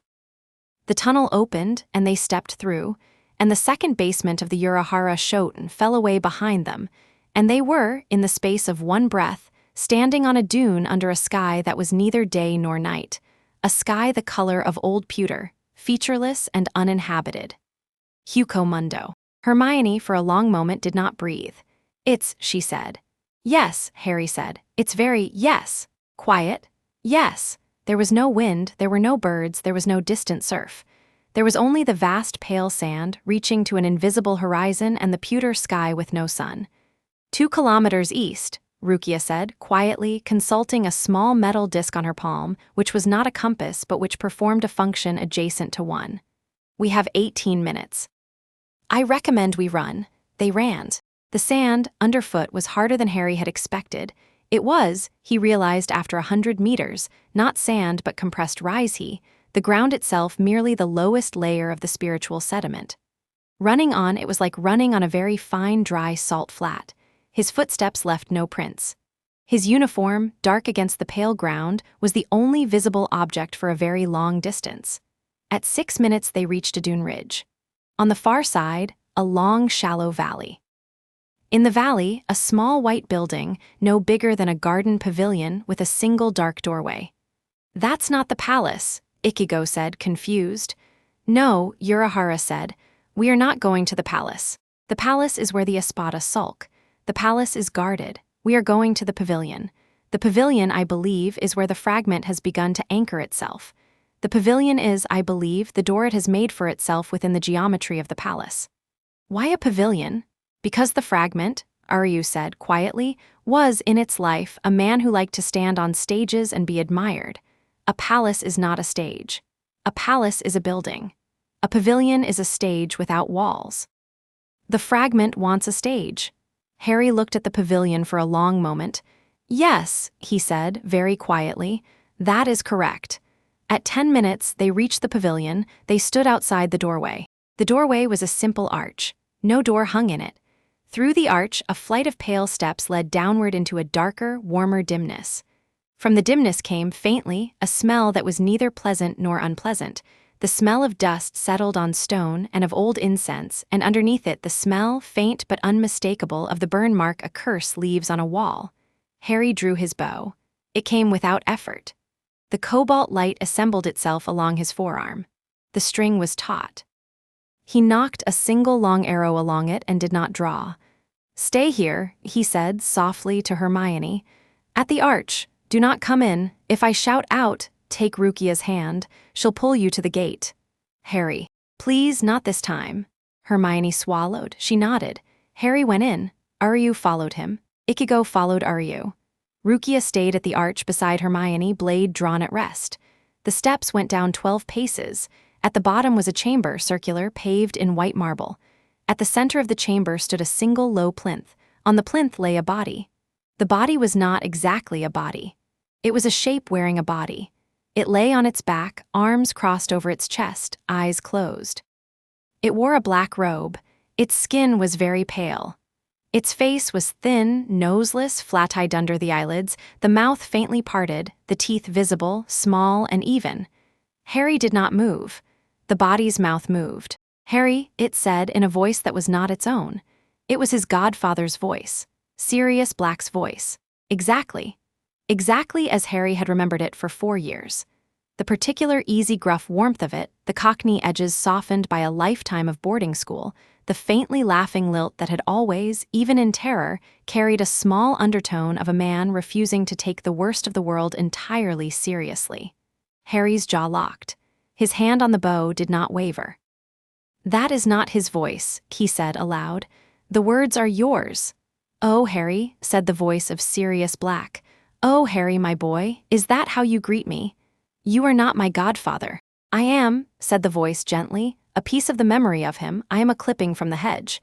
I am a hedge at the edge of a garden, Harry, in which, if you wish, you can walk. I can speak to you in his voice all afternoon. I can, if you ask me, speak to you in your mother's. I can, if you would prefer, speak to you in your father's. Which would you like? My own, Harry said. Speak to me in your own. The body's mouth curved. It did not smile exactly, the skin was too dry for smiling. It pulled a little at the corners. Very well, it said. The voice changed. It became a voice Harry had hoped, for 4 years, never to hear again. High, cold, sibilant, amused in a particular dry way that had, he remembered, always been the last thing many people ever heard. Harry Potter, said the voice of Voldemort, it has been a long time. It has. You have grown. Yes, you have changed. Yes, you have, the voice said delicately, become something interesting. Yes, Harry said, I have. You are a Quincy. I am, apparently. Your mother was a Quincy. Apparently? I did not know, Harry. I did not know when I was alive. I did not know when I came to your house that night many years ago. If I had known, do you suppose it would have made a difference? Number, perhaps not, perhaps yes. Interesting. You have, Harry, in the years since we last saw each other, gone further than your schoolmates. You have begun to understand a thing I understood at your age. You have begun to understand that the body is a vessel, and that the soul is a content, and that the content, when properly treated, is quite separable from the vessel. Is this not so? It is not so. No. The soul, Harry said quietly, is not separable. It is distributable. It is what you could never distinguish, because you were too in love with your own continuity. The soul extends. It does not split. An interesting theory? It is not a theory. It is, however, interesting that you, Harry, of all people, have come to hold it. After all, the voice paused delicately, you too carried a piece of a soul for many years. I did. You too were for 17 years what you are standing in front of now. I was not. You were. I carried a piece. I was not the piece. There is a difference. Is there? There is. Semantics, Harry. Number semantics, Tom. The body's jaw tightened. The voice, when it came, was a fraction less composed. Do not call me that. It is your name. It was a child's name. I outgrew it. You drifted for 4 years as a piece of yourself in the air. You accreted risey. You made a hollow's shell. You found a desert. You found a pavilion. You built yourself a stage. You borrowed a body. You are now a creature whose existence you would, a decade ago, have considered the worst defeat available. You are the thing you despised. You are a hollow with a man's memory. You are, in the particular vocabulary of this world, a kind of vasto lord on the cusp of something more. You are, in your own vocabulary, Tom. You have gone back, Tom. You went out very far and you have come back to the beginning. It is the one thing I did not think you capable of. The body's eyes opened. They were red. The red was a weak, old red, washed out, like wine left too long in a glass. Nevertheless, the red. Harry, said the voice of Tom Riddle at last, I have a proposition for you. I know. Do you? Yes. It is a good proposition. It would be. You have become what I was. We are now closer than we have ever been. Together we could. Number, you have not heard it. I have heard it. Whatever it is, Number, Harry. Number, the body on the plinth, was silent for a long moment. Then it began, slowly, to sit up. Ishida, it said, in a different voice, a voice Aryu had never heard before and yet recognized instantly. An old, cold, kindly voice, the voice of a grandfather. Ishida Aryu, I have waited to speak to you. I have a proposition for you also. Aryu did not answer. Your grandfather, do not, Aryu said very quietly, speak of my grandfather. Was a good man, a great man. He died because of a failure of protocol. He died because of a policy I opposed in my day but was unable to overturn. I offer you, Ishida, an opportunity to honor him. I am not here, Aryu said, for my grandfather. Are you not? I am here for my friend. Ah, the body on the plinth sat up fully. Its long, thin hands rested on its knees. Its red eyes, alternately, flicked from Harry to Aryu, and Harry understood with an abrupt, sick certainty that the body was not only the fragment of Voldemort. It was also being spoken through. Something else was using the body as a phone, something that had been patient for a very long time. Oh, Harry said softly. Oh, Number, Quincy, said the body, now in the third voice, child of the scattered line. I have been waiting for you. Ihwach, Aryu said. He did not raise his voice. He simply said the name, quietly, as if confirming a suspicion he had carried for so long that confirming it was neither a surprise nor a relief. That is, said the body, a name I have used, among others. Among many, Ishida, I have not insisted on it in a great while. It is pleasing for an old man to be named. Thank you. Do not thank me. I thank you. Potter, Aryu said, without looking away from the plinth, shoot him. Shoot which him? The body is a relay. The relay is open. If we destroy the relay, we sever the present connection. He will rebuild one. It will cost him time. Time is what we are here to buy. Ishida, said the body, do not be hasty. Potter. Ishida Aryu, said the body, your grandfather spent the last year of his life writing a book that has never been read.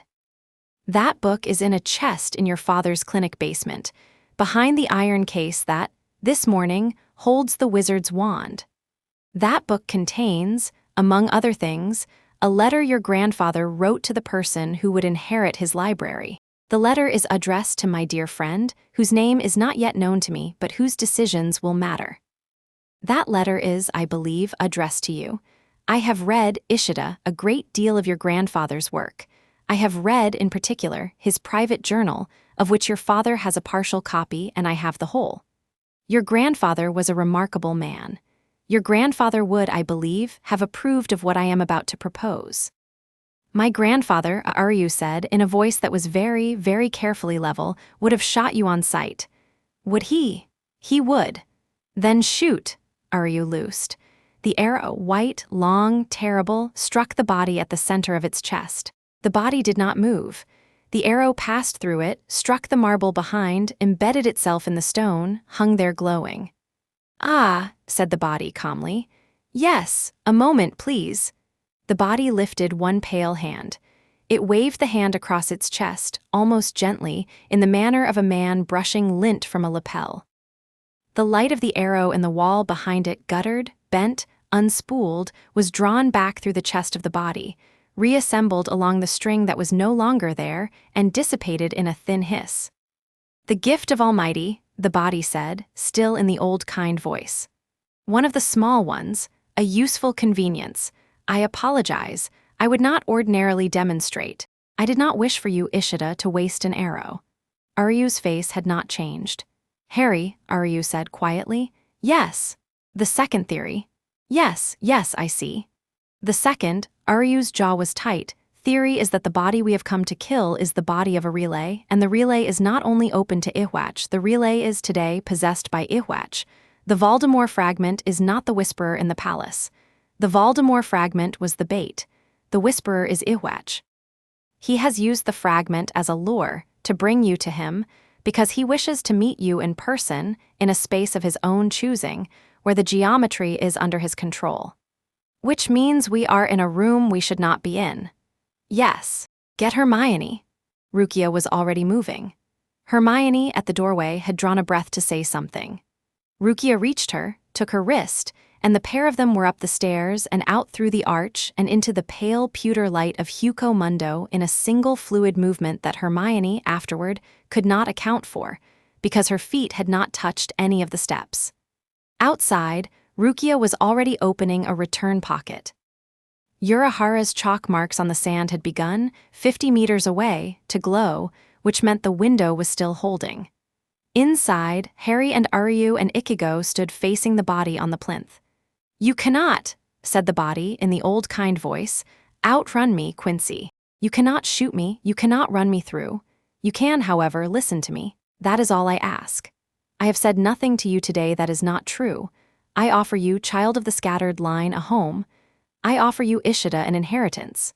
I offer you, Kurosaki. The red eyes flicked for the first time to Ichigo, a particularly interesting conversation for another time. Today is not your day. I am speaking to your friends. Please be courteous and not interrupt. Don't count on it, Ichigo said and swung. His sword, Zangetsu, the long black blade of him, moved in a clean overhead arc that would have taken the body at the collarbone. The body caught the blade on its open palm, not with force, simply held it. The blade rested on the pale hand like a stick a child has offered a grandfather for inspection. Kurosaki-kun, said the body, please, I am not yet ready to discuss you. Do not push my patience. I am today in a very good mood, and I would not wish to be in a worse one. The body's hand closed minutely on the blade, and Ichigo, who was not a small young man and whose blade was not a small sword, was pushed, in a short controlled arc, 30 feet back into the wall of the chamber, where he struck stone, slid to the floor, and sat, stunned, for 2 seconds. The body let the blade go. The blade returned itself to Ichigo's hand, as if on an invisible string. Please, said the body politely, the adults are speaking. Potter, Aryu said quietly, I have made a decision. Yes, we are leaving. Good decision. He will not pursue us through the gate. Are you sure? I am not sure, I am guessing. My guess is that he wants us to leave. He wants to have made his introduction. He wants us to carry his introduction back.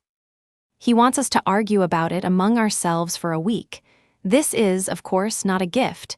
It is a splinter, I would rather carry a splinter than bury my friend. Agreed. Aryu drew the cross from his breast pocket. He held it out in front of him, palm open, the silver glinting in the pale light of the chamber. He began quietly to recite an old Quincy field word that Harry did not know. The cross warmed. The air around them tightened. The body on the plinth watched, unperturbed, almost amused. A withdrawal rite, said the body. Elegant, old, a blessing on a retreat. I have not seen it performed, Ishida, since the year you were 9, by your grandfather, in my presence. Do not, Aryu said through his teeth, speak of my grandfather. As you wish. The rite completed. The air around Harry, Aryu, and Ichigo became, for one instant, solid, the way a jelly becomes solid at the edge of setting. Then it released. They were, together, launched gently backward up the stairs, out through the arch into the open light of the pavilion's exterior, and the arch behind them sealed itself with a small, dry click, like a child shutting a box. 2 minutes left, Rukia called from the gate. They ran. At the gate, Hermione grabbed Harry's wrist with both hands and did not let go until they had crossed. The chalk marks flared. The tunnel opened. They fell through, one after another, and the second basement of the Urahara Shote caught them on its pale sand, and the gate sealed, and Urahara, who had been watching with his fan open and his eyes not amused at all, closed the fan and said simply, "Home." Nobody spoke for a long moment. Harry sat down on the sand. Then he lay down on the sand. Then he put one hand over his eyes and kept it there. He used my godfather's voice, he said, after a while without moving. I heard, Hermione said softly. He used Voldemort's voice. I heard. He used, at the end, a voice I don't know, an old voice, kind, a grandfather. Hermione stopped. Harry took his hand off his eyes and looked at her. Hermione? Yes, you know the voice. She swallowed, it's the voice from my dream. Harry closed his eyes again. Of course it is. Aryu, standing a few feet away, said, in a voice that did not shake, though it wanted to, his name is Iwatch. He is the Quincy King. He is, as I told you, older than the Soul King in a way that is too complicated to explain in a hurry. He is my people's originator. He is also my people's greatest enemy. He has been sealed with decreasing effectiveness for 900 years. He has begun in the last year to wake. He has been in the last month fully conscious. He has been in the last week reaching. Reaching, Harry said. For you, for me, for any of the scattered line that remains. He considers us his children. He believes, in his way, that he loves us.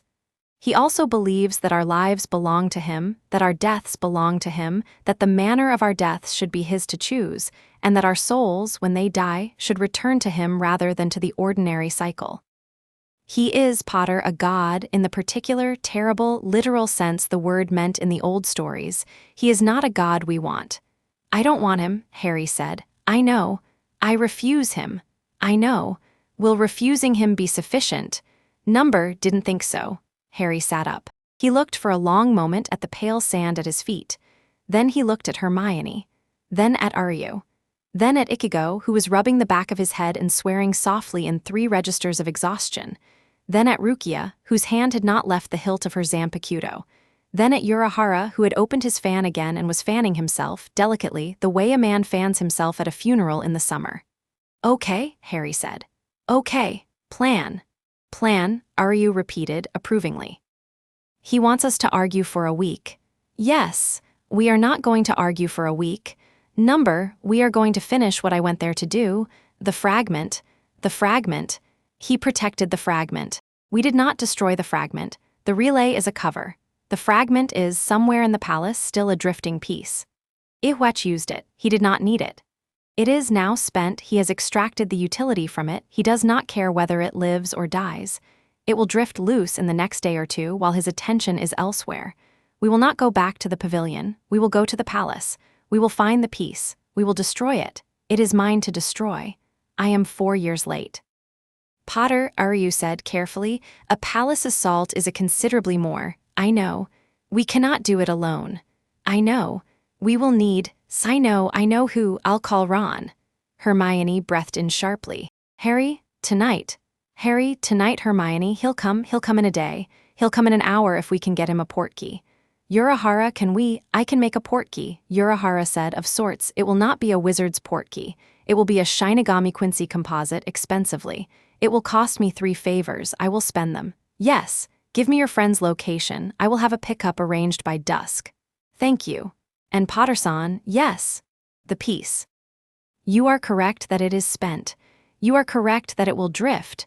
You are also correct that it is yours. I want to say only this, because you will not forgive me if I do not say it. The piece is the last of Tom. When you destroy it, Tom is gone, entirely and forever. He is already a fragment of a fragment. He is already a hollow. He is already lost. Destroying him is a mercy. You do not owe him the mercy. You are only Potter giving it. I know, Harry said quietly. I know. He looked up.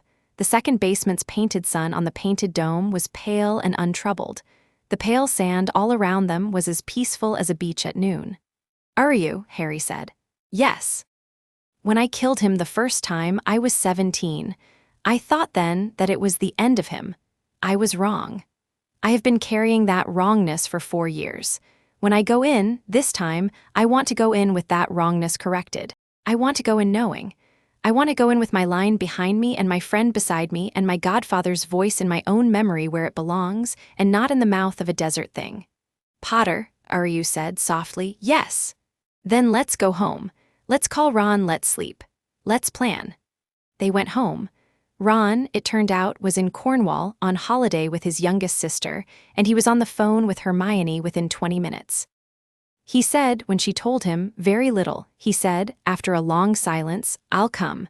Tell Harry I'm coming. Tell Harry I am going to hit him when I get there, and then I am going to hug him, and then we'll go and finish it. He arrived, by a small neat composite portkey Urahara delivered to the back of a Cornish cottage via 3 dubious favors and 1 astonished pigeon, at 1:45 midnight the same day. He hit Harry. Then he hugged Harry. Then they sat in the clinic's back room and did not speak for a while, and they drank tea, and Hermione sat between them with 1 hand on each of their hands, and Aryu, across the room, adjusted his glasses twice in 5 minutes and did not, out of a rare delicacy, interrupt. At 2 in the morning, Aryu said quietly, Tomorrow. Not tonight. Tonight we sleep. Tomorrow we plan. The day after we go. Nobody disagreed. Harry slept. He dreamed once briefly of a beach under a black sky. The figure on the beach did not turn around. The figure did not speak. The figure instead extended 1 long, thin hand behind itself, palm up, waiting. Harry did not take the hand. In the dream, he simply stood, watching the hand, until the sky changed from black to pewter, and the pewter changed to gray, and the gray changed to morning, and he woke. The plan, as it emerged over the next 18 hours around Urahara's low table, was not complicated, which Aryu considered a virtue. It was also not safe, which Aryu considered unavoidable. It involved 3 gates opened at 3 different points along the edge of Hucomundo at the same second, 2 of them as decoys. A quiet approach along the south side of the White Palace. A side entry through a servants' hall that Yoruichi claimed to remember from an old regrettable evening. A single brisk walk to the West Wing, a 1.5 minutes at the drifting fragment, and a return through a gate that would be opened, not by Urahara, but by Rukia. At a point they would mark in advance with a small piece of Ishida chalk. 4 minutes in, Aryu said, over and over, 2 minutes at the fragment, 4 minutes out. You like 4s, Ron said. 4 is, Aryu said, the number of seconds my grandfather took to draw his bow, nock his arrow, aim, and release. It is a number on which I was raised. It is the number I most intensely distrust, which is why I wish always to use exactly that much time and no less. Fair, said Ron. At sundown the next day, they went. 3 gates opened at 3 separate points along the boundary between the worlds. One was near the Urahara Shote. One was near a public park 3 kilometers west. Opened by Ichigo and 2 seated officers of the 6th Division who had, without asking Byakuya, decided, after a short quiet conversation among themselves, that they were unwilling to let Potter cross alone. One was near the south shore of Japan, opened by Urahara himself, empty, a pure decoy. The 5 who went through, Harry, Aryu, Hermione, Ron, Yoruichi, went through the 3rd gate, the quietest, a small fluttering tear in the air at the edge of a disused marine warehouse that had not had a visitor in 11 years. They came out on the southern dune field of Huco Mundo, 2 kilometers from the White Palace. Yoruichi, in her human form now, tall, dark-skinned, black-haired, entirely disrespectful of gravity, was already moving. She did not wait to see that the others were behind her. She knew they were.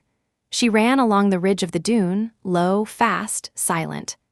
Aryu followed, equally silent. Harry followed, less silent but trying. Hermione followed, surprised at her own quiet. Ron, at the back, whose feet were larger than anyone's in the party, followed with an extraordinary concentrated care that made him, by a margin, the quietest of them all, because Ron Weasley, whatever his detractors said, had always, when it mattered, been able to do quiet.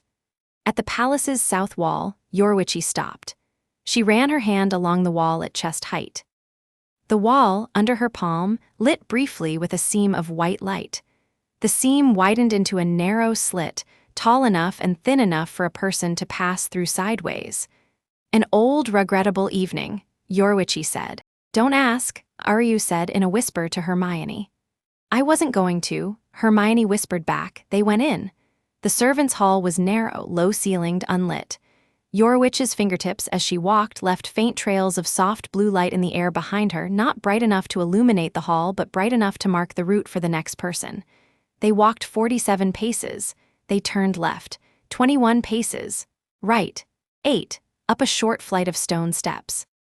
Along a corridor with one window, through which the faint pale pewter outside light fell in a single slanted bar across the floor. In the bar of light, they stopped. "Fragment," Yoruichi whispered. "West wing. 4th door on the left. The door is warded, but by old Risey, not live Risey. It will give to a bow arrow. I will not accompany you in. I will wait at the top of the stairs. If anything happens, I will lead you out." "Thank you," Aryu said. "Don't thank me, owe me." They went on without her. The 4th door on the left was smaller than Harry had expected. It was plain wood, dark, with an iron ring for a handle. Around the door, in the air, a faint pale nimbus hung, the thinnest imaginable film of old Risey that, at a glance, might have been mistaken for dust. Harry drew his bow. He drew an arrow. He did not draw back. He held the arrow an inch from the center of the door, and then, in a single small controlled motion, he pushed, rather than loosed, the arrow into the door at the exact point where the nimbus was thinnest. The nimbus pulled back, the way a candle flame pulls back from a finger. The door creaked. The iron ring turned of its own volition. The door swung inward. Inside was a small chamber. The chamber contained, in its center, a long oval table. On the table lay a body, not the same body as in the pavilion. This was a smaller body, a thinner one. A body that was, at first glance, more like a cocoon than a person, pale, tightly wrapped in what looked like layers of damp cloth. At the top end of the cocoon, where a face might have been, was a small pale mask, hollow-shaped, with a single thin crack down its center. "There," Aryu said, quietly. "Yes." Harry walked forward. He stood at the side of the oval table. He looked down at the cocoon. He thought, for a moment, about a boy at a school in Scotland who had been 12 years old, and had, in his first hour at that school, been bullied by a teacher who wanted him to fail, who had been 11 when he had learned that his parents had not died in a car crash, who had been 1 when he had died, briefly, on a floor in a cottage in Godric's Hollow, and had, by some combination of his mother's love and of a working older than either of their families, come back. He thought about Cedric Diggory. He thought about Sirius Black. He thought about Remus Lupin and Nymphadora Tonks and Fred Weasley and Colin Creevey and Severus Snape and all of them, all of the long list he had kept in his head for 4 years in the order in which they had died, so that he would not forget which of them had gone first and which last. He thought, this is not for them. This is not revenge. Revenge would be for them. This is simply an ending. He thought, I am not angry. I was angry. I have stopped. He drew his bow. He knocked one arrow. He drew back. He let it go. The arrow entered the cocoon at the center of the mask. The mask cracked the rest of the way across. The cocoon collapsed inward. A thin dark shape, like a shadow detached from the collapse, rose briefly into the air above the table. Twisted, contorted became, for 1/10 of a second. The outline of a tall, thin man with a noseless face became a smaller child, became a boy of perhaps 11 in a cheap gray coat, became a baby, became nothing at all, and dissipated into motes of dark rise-he that spiraled upward, disorganized, unfocused, and were gone. The cocoon was empty. The table was empty. The chamber was quiet. Harry lowered his bow. "Goodbye, Tom," he said quietly. Aryu, behind him, said, "Quickly, Potter, don't linger, we have 3 minutes."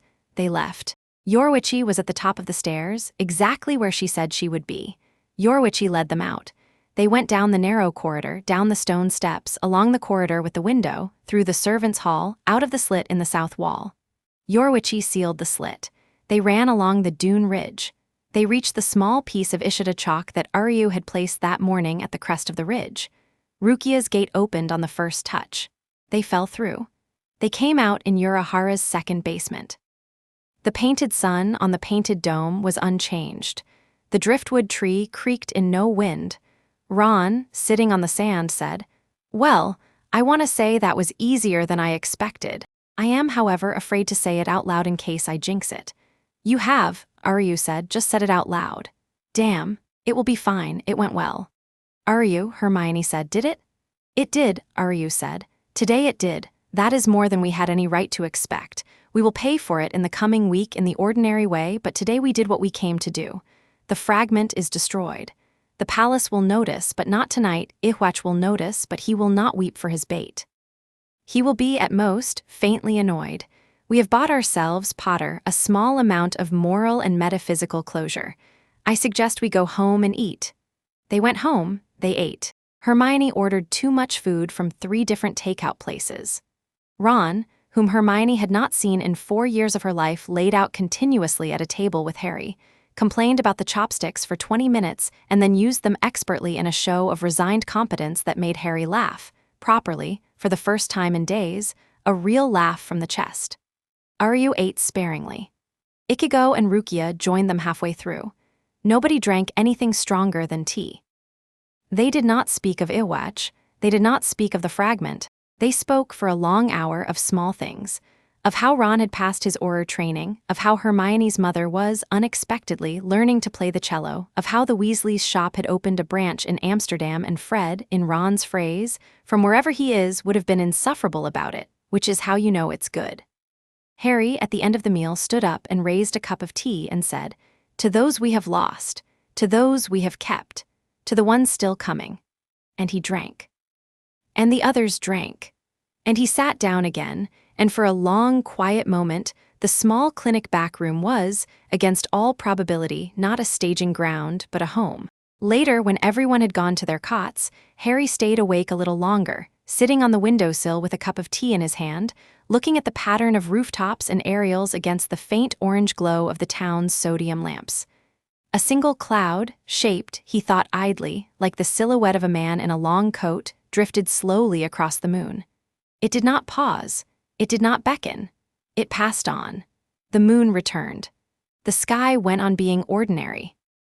"I am not yours," Harry said very quietly to the cloud, and to whatever was behind the cloud, and to whatever was behind that. "I am not yours, I am hers, I am mine. I am the scattered lines. I am the line that continues. I am not yours." The cloud did not answer. Clouds do not answer. But somewhere in a dark room Harry would never see, an old patient voice said, to the air, with a fondness that was also a judgment, "We shall see, child, we shall see." And somewhere else, closer, in a small office above a small clinic, Aryu Ishida sat at a desk with a cup of cold tea and a very old notebook open at a very old page, and drew, in pencil, beside the 8th name on the list, a single small circle. And inside the circle, a single small L, and set the pencil down and closed the notebook, and did not cry, because Aryu Ishida did not cry, but sat for a long time with his hand on the cover of the notebook as if holding down a living thing. Chapter 5 end. Chapter 6. The Quincy King's Gambit Ihwach came on a Thursday. He came without announcement, which was, in retrospect, itself the announcement. He did not open the sky. He did not tear a gate. He did not send a herald. He simply, at 10:30 in the morning, walked up the small stone path that led to the side door of the Ishida clinic, in a long white coat that was unremarkable by local standards, with his hands in his pockets, and knocked, politely, 3 times. Nurse Kageyama opened the door. Nurse Kageyama was, by reputation, a woman whom no man had successfully intimidated in her 61 years on Earth. She had stared down a Yakuza underboss, who had come to collect on an unpaid clinic bill. She had once, in Ryukin Ishida's presence, told a visiting pharmaceutical rep that he had 10 seconds to leave or she would call his mother, and had produced from her apron a small phone already dialed to the number. She did not intimidate easily. She looked at the man on the doorstep. She did not step back, but she did go very still, in a way she had not gone still in a great many years. "Good morning," said the man. "I would like, if I may, to speak with the young man called Harry." And the young man called Aryu. "Together, if possible. If not singly, I will wait as long as is convenient. I have brought a small gift." He lifted his hand to reveal, on his palm, a small white origami crane. "For the young lady who I understand is upstairs. It is not a weapon. You may inspect it if you wish." Nurse Kageyama looked at the crane. Nurse Kageyama looked at the man. Nurse Kageyama said in a voice as flat as new linoleum, "Wait here." She closed the door. She went upstairs. She told Harry and Aryu and Hermione and Ron and Rukia, who had stayed the night before, and Ichigo, who had arrived an hour earlier for breakfast and had not yet left, in one calm short sentence what was at the side door. She did not elaborate. She did not have to. For 10 seconds nobody moved. Then Aryu said very quietly, "Show him to the waiting room, give him tea. Bring me the cross from my father's desk. Harry, come. Hermione, Ron, you stay. Ichigo, you stay. Rukia, you—" "I am going," Rukia said. "Rukia, I am going. My brother would want me to be in that room." "Your brother would want you alive." "My brother," Rukia said tightly, "has made his own peace with my choices. Do not make it your business." Aryu nodded once. They went down. The waiting room of the Ishida clinic in the morning was a small square space with 4 chairs, a low table, a ticking clock, a rack of medical brochures, and a print of Hokusai's wave on the wall. It had seen, over the years, a great many small human tragedies and a great many small human reliefs. It had never, until today, seen a god. Ihwech sat in one of the 4 chairs. He looked in the ordinary light of the waiting room like an ordinary tall middle-aged man with long dark hair shot with the first silver of age, a trimmed dark beard, and eyes the color of wet stone. He held on his knee a cup of the tea Nurse Kageyama had, against her strongest instinct, brewed and brought him. He had not drunk any of it. He did not appear to have moved since sitting down. When the 3 of them walked in, Harry first, Aryu second, Rukia third, he stood. He inclined his head very slightly with the grave courtesy of a very old man who had learned manners in a century that no longer existed. "Harry," he said warmly. "Aryu, Kuchiki-san, please sit." They did not sit. "Ah," he said, "I understand, forgive me, old habit." He sat again. "I have come," he said, "to apologize." The clock ticked. "To apologize," he repeated, "for the fragment in the palace, for the lure, for using the voice of your godfather, Harry. For using the voice of your enemy. For using, at the end, a voice that I had hoped to reserve for a more agreeable occasion. It was, in retrospect, ill-judged. I had misestimated the state of your affections. I had assumed that 4 years of silence from your English friends meant a rupture. I see, this morning, that it did not. I am sorry." He set the cup of untouched tea on the low table. "I will not," he said, "waste your time further. I will be brief. Then I will leave. I will not insist on an answer today. I will not insist on an answer next week. I am a patient man. I have, after all, waited 900 years. I can wait a little longer for a matter of this importance." "Speak," Aryu said tightly. "Thank you." He folded his hands. "I have, as you know, reached across the walls to feel for the shape of my line. I have found, at last, the shape of it. I have found Harry, who is the last of the scattered line and the son of a remarkable woman. I have found you, Aryu, who are the last of the central line and the grandson of a man I did not know, in my sleep, was still being mourned, and whose mourning has shamed me into waking politely rather than impolitely. I have found, additionally, in this town and in this generation, a dozen others of fainter blood, whom I will not today enumerate. I have, in my waking, come to 2 realizations. The first, I am old. I am older now than I have ever been. I do not wish to be older. I do not wish to continue. I wish to sit down soon and to let the weight of the world pass to others. The second, my people have, in my absence, scattered. They have intermarried. They have lost the vocabulary. They have, in many cases, been hunted. They have been, in a few cases, born into houses whose walls are no longer our walls. I do not wish, in my sitting down, to leave them that way. I wish, before I sit, to gather. I wish to offer them the choice I was not offered, in my own day, by my own father, who did not ask me before he sealed me. The clock ticked. I come to you, Harry, and to you, Uryu, and to the wizard's daughter upstairs who dreamed me once to make the offering in person. I will not offer it to many. 500 perhaps, not more. Those who accept to come freely to a place I have prepared, which is not Hugo Mundo, which is not Soul Society, which is a place of my making, a garden for my children. Those who accept I will keep. I will teach. I will hold until my sitting down, which will not be long. At my sitting, they will be my inheritance. They will hold what remains of my authority, which I will divide carefully, as a man divides a house among his daughters, so that no single one holds too much and no single one holds too little. They will walk afterward in any world they please. They will not be my servants. They will not wear my collar. They will wear only the badge of being mine. Those who refuse, I will not compel. I will not touch them. I will not touch their towns. I will not touch their schools. I will not touch their friends. I will withdraw. I will die. They will, when I am dead, inherit no less and no more than they would have inherited today, which, as you will find, is not nothing. My line lingers in the blood. Harry Uryu Kuchiki-san, I ask for your time. Come to my garden, see it. Speak with me. Decide at your leisure whether to stay. You will not be harmed. You will not be tricked. You will not be invited further than the garden. If you decline, you will be returned.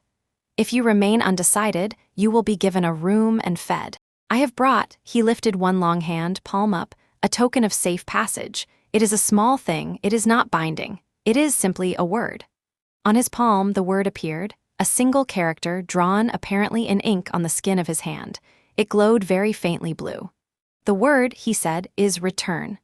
Speak it aloud, and you will be returned from any point within my garden to the room we stand in now. Speak it as many times as you wish. I cannot revoke it. I have sworn publicly before the 1,000 stars of my own country not to revoke it. I will not revoke it. That much, at least, you may believe. You used my godfather's voice, Harry said. I did. That was a trap. It was. You will not, Harry said carefully, use it again. I will not. Swear. I swear. How? Iwatch looked at him for a long, considering moment. Then he almost gently unbuttoned the top button of his coat. Beneath it, at his throat, lay a thin silver chain. On the chain hung a small silver cross. It was, Harry saw with a jolt like a small physical blow, identical in every respect to his own, save that the star at the center was white rather than blue. On this, Iwatch said, which is the first cross ever made, by the man who was my brother, whose name has been forgotten even by me. I swear. Harry looked at the cross. He did not speak for a long moment. Uryu, he said at last. I heard, Uryu said. Is that binding? I have never seen that cross. I did not until this moment know it existed. If it is what he says it is, Harry, then yes, it is binding. It is, in fact, the most binding thing he could have sworn upon. He has sworn upon the object of which all of our crosses are echoes. If he breaks that oath, he breaks, as it were, his own line and unmakes himself. Then he will not use my godfather's voice again. Number he may still use, Harry said, every other voice. Yes, understood. He turned back to Iwatch. No, he said, to the oath, to the invitation. Iwatch's face did not change. May I, he said politely, ask why? Because, Harry said, my line is not yours, it is hers, it is his, it is mine, it is the scattered lines. It was scattered because you went to sleep and left it without a gardener. It has tended itself, it has made a garden of its own, it has buried its own dead, it has intermarried, it has lost the vocabulary. It has, in many cases, been hunted. and it has in all of these things Iwatch become itself. The scattering made the line, you cannot unscatter it without unmaking it. I would rather live a shorter life as the thing I am than a longer life as a child in your garden. That is, Iwatch said, gently, a beautiful speech. It is, Harry said, a true one. Perhaps. Aryu. I refuse also, Aryu said, on my grandfather's behalf, on my father's behalf, on my own. Iwatch did not look at Rukia. He did not appear to expect her to offer him anything. She said, nevertheless, quietly, I refuse as well, though I was not invited, in order to keep my friend's company. Noted, Iwatch said, inclining his head. He stood. Then I will withdraw, he said. I will not return. I will, as I promised, not touch your town, your schools, your friends. I will sit down. I will die. My authority will not pass to you. It will pass, as I promised, to the 500 I have invited, who have accepted. Will be divided among them. You will not be burdened by it. You will not benefit from it. You will live, Harry, and you, Aryu, and you, Kuchiki-san, and all of your kin, exactly the lives you would have lived had I not existed. I wish you in those lives well. He inclined his head again. He turned to go. At the door he paused. One further thing, he said. Yes. The quiet faction of the Godai 13 that has pursued you. Yes. They will not in the coming weeks trouble you further. How? Because, Iwatch said without turning, they are, this morning, as I came through, no longer among the living. I took the liberty, in my last act of interference in your world, of addressing them. You will find, by evening, that their deaths have been reported as a coordinated hollow attack on an isolated shrine in the Rukengai. Captain Kuchiki will investigate. He will find the report to be, technically, accurate, if not comprehensive. He will move on. You killed them, Harry said slowly. I prevented them, Iwatch said, from killing you. I recognize, Harry, that this was not a kindness you would have asked for. I did not ask. I owed you, I felt, one unsolicited gift after the pavilion. This was that gift. I will take no others. I will not need to. It will be a long time, child of the scattered line, before you see me again, and when you do, I will be in truth, as I told you I would be, merely a patient old voice in a room you will not have visited. Farewell. He opened the door. He stepped through. He was, beyond the door, gone. The clock ticked. For a long moment, nobody moved. Then Rukia said, very softly, did he just? Yes, Aryu said. He accepted a refusal. He walked out. Yes. He didn't fight. He didn't curse us. He didn't threaten. He didn't, Aryu. Yes. That was, Rukia said, slowly, perhaps the most terrifying thing that has ever happened to me. And I have been through, in the last several years, some things. Yes, Aryu said. They sat down, all three of them. In the little waiting room, with the clock ticking and the untouched cup of tea on the low table, they sat for a long time in silence. Aryu, Harry said at length. Yes. He was telling the truth, wasn't he? I think so. He's going to die. I think so. He killed the quiet faction on his way out. He did. I don't know what to do with that. You do not have to do anything with it, Aryu said softly. It was not our doing. We did not ask. He gave. He offered it as a gift. That he considered it a gift is, in itself, a measure of the distance between his morality and ours. We note the distance. We do not thank him. We do not mourn them. We simply note. Did he? Harry's voice was rough. Is the invitation still open? Am I supposed to? No, Aryu said. The invitation was this morning. He made it in person. It is closed. He will not come again. He will not reach out through a dream, a gate, a cloud, a paper crane. He has taken his cross with him.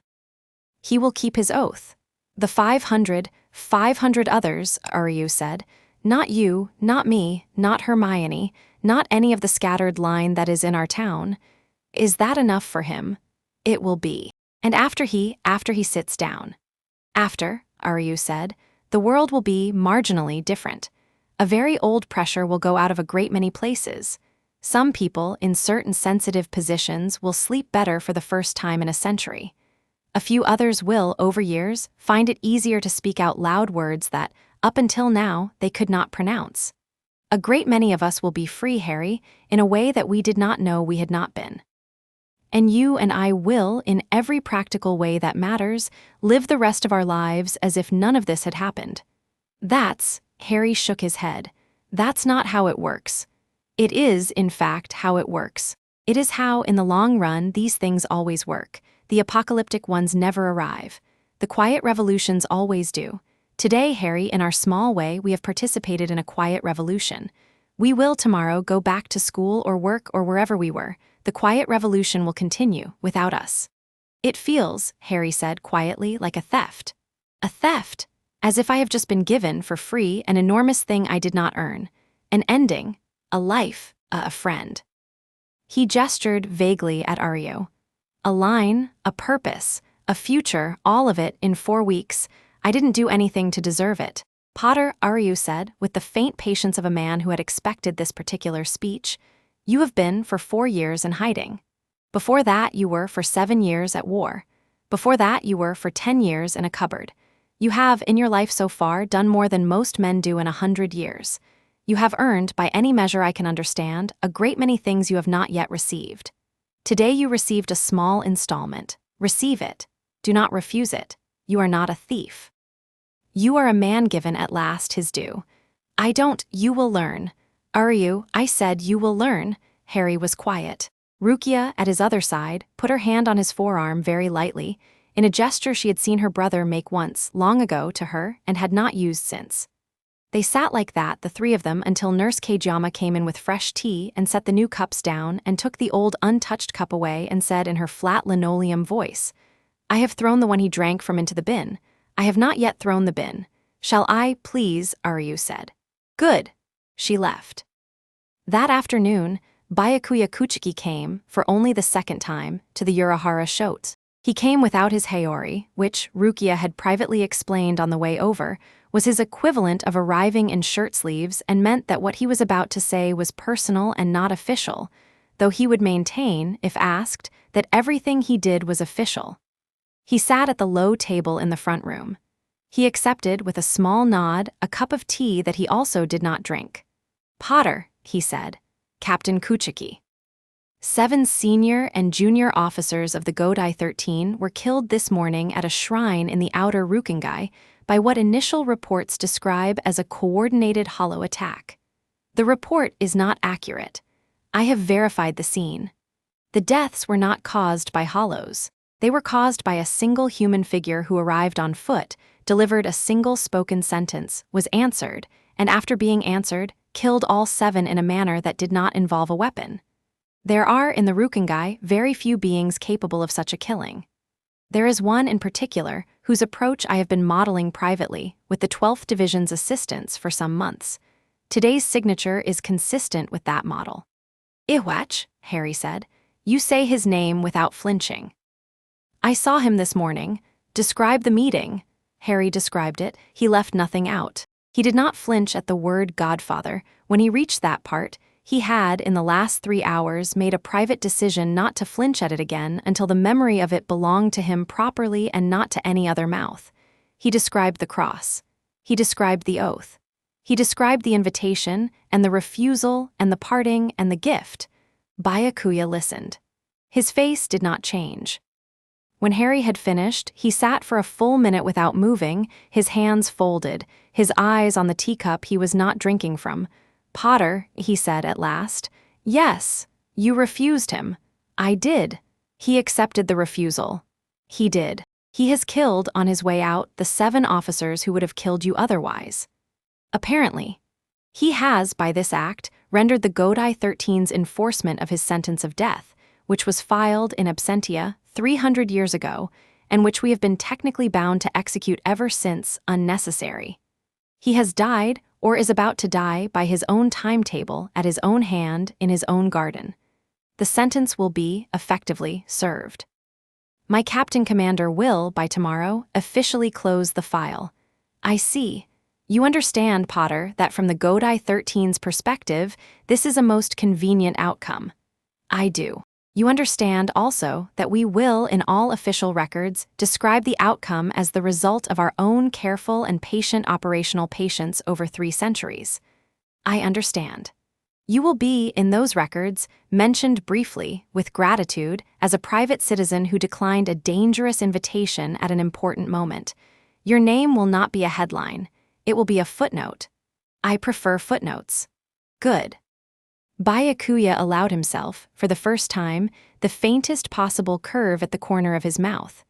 So do I. He did not stay long. He left with Rukia at his side as he had come, on foot, along a path that Harry, watching them go from the Shoten's doorway, suddenly understood was not a Karakura street but a narrow corridor between worlds along which the Kuchiki family had, for many generations, made its quiet personal visits. Halfway down the corridor, Byakuya paused. He turned. He looked back at Harry. Potter. Yes. Your mother would be proud. Thank you. That, Byakuya said, was not for once a formal remark. It was a personal one. I rarely make personal remarks. Do not, Potter, ever cite me as having made it. Never, Harry said. Byakuya inclined his head. He turned. He walked on. The corridor closed behind him. Harry stood on the doorstep for a long time. Hermione, behind him, came out with 2 cups of tea and handed him one without speaking. They sat on the low stone step beside the Shoten sliding door and drank. The tea was very strong. Urahara, Hermione had told him earlier, made his tea strong on principle. The principle, she suspected, was that he enjoyed watching foreigners discover the fact. He said your mother would be proud, Hermione said, after a while. He did. You weren't supposed to hear that. I have very good hearing, Harry. You have very impertinent hearing. I know. He'd deny it if asked. I wouldn't ask. Good. They drank. Harry, she said, yes. Ron wants to go home tomorrow. He has to be back for training on Monday. He's been in the last 3 days unbelievably brave about not saying so. He has. He'd like us to come visit in Cornwall at the end of the summer. Both of us. All of us, really. He said, and I quote, bring the one with the glasses and the one with the orange hair and the one who's some kind of ninja cat. I want to meet them all. They sound mad. He doesn't, Harry, want you back in England permanently. He understands. He's just my friend. Yes. I'll go, Harry said. End of the summer, all of us, tell him yes. I will. And Hermione, yes. You can go home too. Whenever you want. I mean, really, I'm not. I know you're not. I'm going to stay until Sunday. I've bought a return ticket. I would like, before I go, to read your apprentice her first book. In my language, I have a theory about cross-tradition bedtime stories, and she's the perfect subject. You are not, Harry said, using my apprentice as a research subject. Only a little. Hermione. A very little. He laughed. They drank their tea. A cat, a small gray cat, ordinary, unremarkable, not Yorwitchy, came up the path, regarded them both with the considered judgment of a creature who had seen many strange things and was unimpressed by one more, and walked past into the Shoten through a small flap in the door that nobody had pointed out to Harry on his previous visits. Harry. Yes. The paper crane. The first morning. At the clinic. I found on the desk a folded paper crane. Inside it, a sentence in English. Whatever you decide, child, I will wait. It wasn't signed. I didn't tell anyone. Harry looked at her. You didn't. Number I'm telling you now, because I want you to know that even I, Harry, even I almost, for about 40 minutes one morning, when I had not slept well, almost considered writing a reply. I didn't. I burned it. I want you to know that it was close for a minute. I want you to know so that if any of the 500 over the next years find their way out of that garden and wash up at our door with faces like ours and stories like ours and questions we can't answer, we will remember that they, too, were close for a minute and that it was not contemptible of them. Does that make sense? Yes, Harry said quietly. Yes, thank you. I'm sorry I didn't tell you. Don't be. You carried it for a day. That was the right amount of time. Aryu said the same thing. Aryu is right about a disturbing number of things. He is, isn't he? They finished their tea. That evening, Ron insisted on cooking dinner for all of them. Harry, Hermione, Aryu, Ichigo, Rukia, Karin, who had invited herself, and her sister Yuzu, who had brought a small container of pickled ginger she had made that afternoon. And most improbably, Urahara, who had drifted by at 6:30 as if he had not known there would be food, and had then accepted a seat with the grave courtesy of a man who was, Harry noted, extremely not planning to eat anywhere else tonight. Ron's cooking was, per English tradition, heroic in ambition and uneven in execution. The potatoes were good. The sausages were excellent. The thing he called a pudding was, by the time it reached the table, an object of considerable mystery, which Yuzu, with diplomatic grace, described as interesting. Ichigo, who had little patience for diplomacy, tried a bite, looked at his plate for a long moment and said, "Yep, okay. That's yep." Ron, to his credit, laughed. Aryu, toward the end of the meal, took out a small pen and a small notebook, and with quiet concentration, added in the back of the book 8 new entries. Harry, watching him, said, "Your list." "Yes." "What are you adding?" "Names," Aryu said, "of the 500. Number of us. My grandfather wrote the names of the dead. I am beginning, Potter, a second list, a list of the living. I realized last night that I have been keeping the wrong one." Harry looked at him across the table. "What names?" he said. "Yours," Aryu said. "Mine, Granger's, Weasley's, Kurosaki Ichigo, Kuchiki Rukia, Kurosaki Karin, Kurosaki Yuzu for completeness. Ishida Ryukin, because I have at last decided to. And my mother's, because I should have written her a great many years ago and have not until now had the courage." "Your mother?" "My mother," Aryu said, "died when I was 9, Potter. She was the Quincy. My father is not. My grandfather was. I was raised, for most of my life, by 2 men who would not speak her name.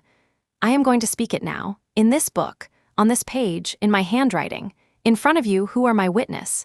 Katajiri Kani Ishida. There. She is written. I am glad I have told you." Harry reached across the table.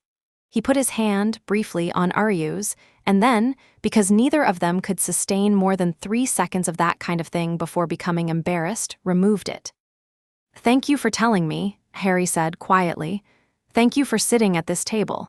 Yuzu, across from them, who had been watching with the steady, kind attention of a person raised among people whose feelings were louder than their voices, produced, from somewhere in her pocket, a small handkerchief and passed it without comment to Aryu. Aryu took it. He did not use it. He set it carefully on the notebook. He closed the notebook. The dinner went on.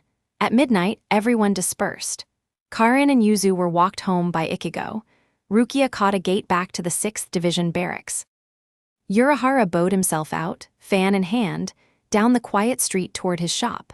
Aryu walked back toward the clinic alone at his own quiet pace under a sky that was, for the first time in weeks, cloudless. Ron and Hermione stayed. They walked with Harry to his apartment. They made up the sofa and the floor without argument. They turned the lights off at 1:30. They slept. Harry, in his own bed at last, after 4 years of sleeping alone, lay for a long time looking at the small, dim shape of Bernard on the ceiling and listening to the ordinary breathing of 2 people he had known, in one form or another, since he was 11, and he thought, "This, too, is a line. This, too, continues." In the morning, Ron made breakfast, which was, in its way, the best breakfast any of them had eaten in weeks. He left for his portkey at 10, out of the back alley behind the shote, with Urahara's fan waving him off and Urahara's voice, faintly amused, calling after him, "Weasley-san, tell your sister I still have her book." At which Ron, who did not know what book or which sister, nodded gravely as if he would do just that. He hugged Harry at the door. He said quietly in his mouth, "You come to Cornwall, end of summer, or I swear I will drag you there in a sack." Harry said, "Sack it is." Ron laughed and hugged Hermione and was gone. That night, back at his own apartment above the laundromat, which he was, at last, permitted to return to, with the cross on a chain around his neck and the small silver arrow in a velvet case under his bed and his wand, by his own request, still sleeping in the iron vault in the clinic basement, where he had decided it would continue to sleep for the foreseeable future, Harry Potter sat at his kitchen table, in front of a plate of melon bread and a cup of tea, and looked at the water stain on the ceiling. "Bernard," he said. Bernard, as always, did not answer. "Bernard, I have some news." He took a bite of melon bread. "I am a Quincy. I knew that already. I have a teacher. His name is Ishida Aryu. I have a friend. His name is Ishida Aryu. It turns out these can, occasionally, be the same person. I have a best friend. Her name is Hermione Granger. And she is, as I write this, sleeping on my sofa, because I made her promise not to get on a plane until Friday. And Ron is sleeping on the floor beside her, because he is a decent person and he refused to take the bed while she took the sofa. And together they are filling my apartment, Bernard, with the sound of two specific snores I have not heard in 4 years, and which, I discover, I missed. I have a godfather, Bernard, whose voice, this morning, was used briefly, against my permission, by a being who has since sworn on the first silver cross ever made not to do it again. I have, tomorrow morning, an 11-year-old apprentice. I have, on the wall above your head, Bernard, a framed photograph of a young woman with red hair and a young man with round glasses, and a small boy with a scar that has, in the last several weeks, finally stopped itching for the first time in 17 years. I have, in the inside pocket of a jacket I left on a kitchen chair, a small silver cross. I have a line. I have a future. I have, as near as I can tell, an ordinary Wednesday tomorrow and an apprentice on Thursday and a shelf to stock on Saturday and a life to live, Bernard, for a long time. A long time, Ariu said. A long time. Bernard said nothing. Good night, Bernard. He turned off the kitchen light. He went to bed. 3 weeks later, Harry Potter, now formally registered with the 6th Division of the Godai-13, a catalogued Quincy, a recognized instructor by amended clause, a man with a signature in ink and a seal of a single Latin L, stood in the second basement of the Urahara Shoten on a small patch of pale sand, and for the first time in his life, drew his bow in front of an apprentice. The apprentice was Ichigo Kurisaki's youngest sister, Karin, who had wandered into the Shoten 2 weeks earlier demanding, without preamble, to be taught whatever Ikaine is doing, but better. Urahara had, with an uncharacteristic restraint, told her to come back in a week. In a week she had come back. In another week, after considerable conversation, she had been confirmed, to Urahara's quiet astonishment, as a latent scattered line descendant through her mother's side, a line nobody, including Karin herself, had known about. She had, on hearing this, shrugged, said, "Right. Fine. Less embarrassing than being like Ikaine, I guess," and asked when training started. Training started that afternoon. She was 11 years old. She was small. She was extremely angry in a focused way about a great many things Harry did not have the standing to ask about. She stood in front of him at the edge of the small patch of sand and looked up at him and said, "Well, show me." Harry looked at Ariu. Ariu, who had come officially as a co-instructor and unofficially as the only adult Harry trusted to watch him teach, nodded once. "Karin-san," Harry said. "Karin." "Karin, the first lesson is, unfortunately, a speech. I am sorry, I will keep it short." "Good," he drew a breath. "I am going to teach you," he said, "what my mother did not live long enough to teach me. I am going to teach you what a man called Ariu Ishida's grandfather did not live long enough to teach him. I am going to teach you what was, for 200 years, illegal to teach, and is now, by a treaty signed in ink on a scroll, legal to teach under conditions. 1. I will not teach you in secret. I will teach you openly here with observers present. 2. I will sometimes teach you things I do not fully understand because I am new to this myself. 3. You will sometimes ask me questions I cannot answer, and I will say, I do not know, and we will find out together. 4. I will at all times try to remember that I am your teacher, not your parent, not your brother, not your friend. 5. You will at all times try to remember that I am your teacher, which means that when I tell you to stop, you stop, and when I tell you to drop, you drop, and when I tell you to go home, you go home. Is this acceptable?" "Acceptable," Karin said, with the grave dignity of an 11-year-old who had decided, after careful reflection, that the adult in front of her was not, on balance, an idiot. "Good. Then, draw your bow." "I don't have a bow." "Look at your hand." She looked at her hand. For a long moment, nothing happened. Then, without her visibly doing anything, the air above her palm began to shimmer. It was a very faint shimmer. It was not yet a bow. It was the promise of a bow. It was, to an experienced eye, the first blue breath of a bow that would, in time, be hers. Karin looked at the shimmer. Karin looked at Harry. "Oh," she said in a voice that was, for the first time that day, something other than angry. "Oh, yes," Harry said. "Oh, breathe, Karin. I am?" "Good," she breathed. The shimmer brightened, faded, brightened, settled. It did not yet form, it was not yet ready, but it was there. It was, as it would always be, there. Harry watched her watch her own hand. He felt, without looking, Aryu come to stand beside him. He felt, without looking, Hermione come to stand in the doorway of the second basement, where she had promised to watch from a distance and not interfere. He felt, very faintly on the far side of the world, in a place he would never visit, an old patient voice say, to itself, fondly, "There, the line continues." He did not answer the voice. He did not need to. He stood in a pale desert under a painted sun, and watched an 11-year-old girl begin, in her own small, careful way, the thing his mother had begun in Coventry in 1894, and that his great-grandmother had continued, in hiding, through a purge, and that his grandmother had continued, in silence, through a war, and that his mother had continued, braided into a final charm, at the cost of her life, in a cottage in a village he could not go back to, because the line moved only forward. Karen. Yes, you can stop now.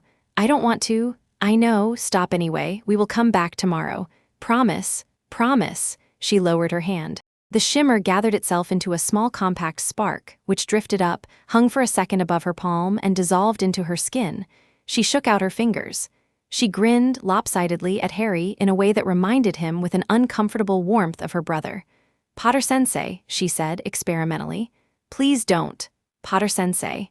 I cannot stop you. I cannot stop you. Oh God. Potter-sensei. Karen, I am begging you. Potter-sensei, I am going to tell Yuzu you are my Potter-sensei, and she is going to make you dinner, and you are going to eat the dinner, and you are going to say, thank you, Yuzu-san, and then you are going to come back tomorrow." "Yes, Karen. Good Potter-sensei." Aryu, at his elbow, allowed himself at last one small honest smile. Harry looked at him. "What?" Harry said. "Nothing," Aryu said. "It is not nothing." "It is not nothing," Aryu agreed. "It is, however, not something I am going to tell you right now. It will keep for a long time. We have Potter a long time." "Do we?" "We do. That, I think, is the thing I most wanted to say today and did not know how, and will say now and only once. We have a long time, use it well." Harry looked at him a moment longer, then he nodded. "I will," he said. "Let's go eat Yuzu's dinner." They walked up the stairs together, out of the second basement, out of the shop, into a Karakura evening in late summer, where the cicadas had begun, again, to wind themselves up like tiny engines that had forgotten they were mortal. And the air smelled, faintly, of the river, and the first star was just visible over the rooftops to the east, and a small 11-year-old girl in front of them was already running ahead, calling, at a volume the neighbors would probably complain about, for her sister. Because she had, she said, the best news in the world. Harry Potter walked home. Above him, the sky was whole and clean and ordinary. In his jacket pocket, a small silver cross lay warm against his ribs.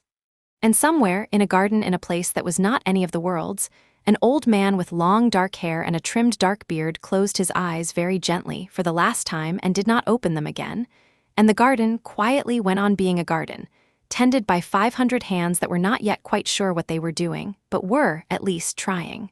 The line continues. The line continues. The line continues.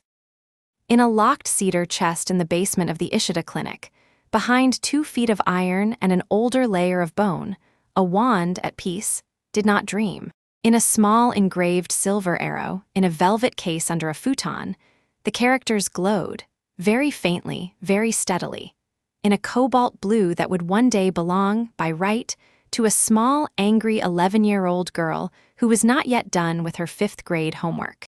And in a small apartment above a small laundromat, on a hot summer night, 3 friends slept in 3 different beds in 3 different rooms in 3 different cities, and all 3 dreamed, separately, of the same quiet bridge over the same green canal, where a willow moved in a wind none of them could feel, and a small silver cross lay warm in a jacket pocket on a kitchen chair, and somebody, somewhere, had finally, at last, come home. At last. At last. Chapter 6 end.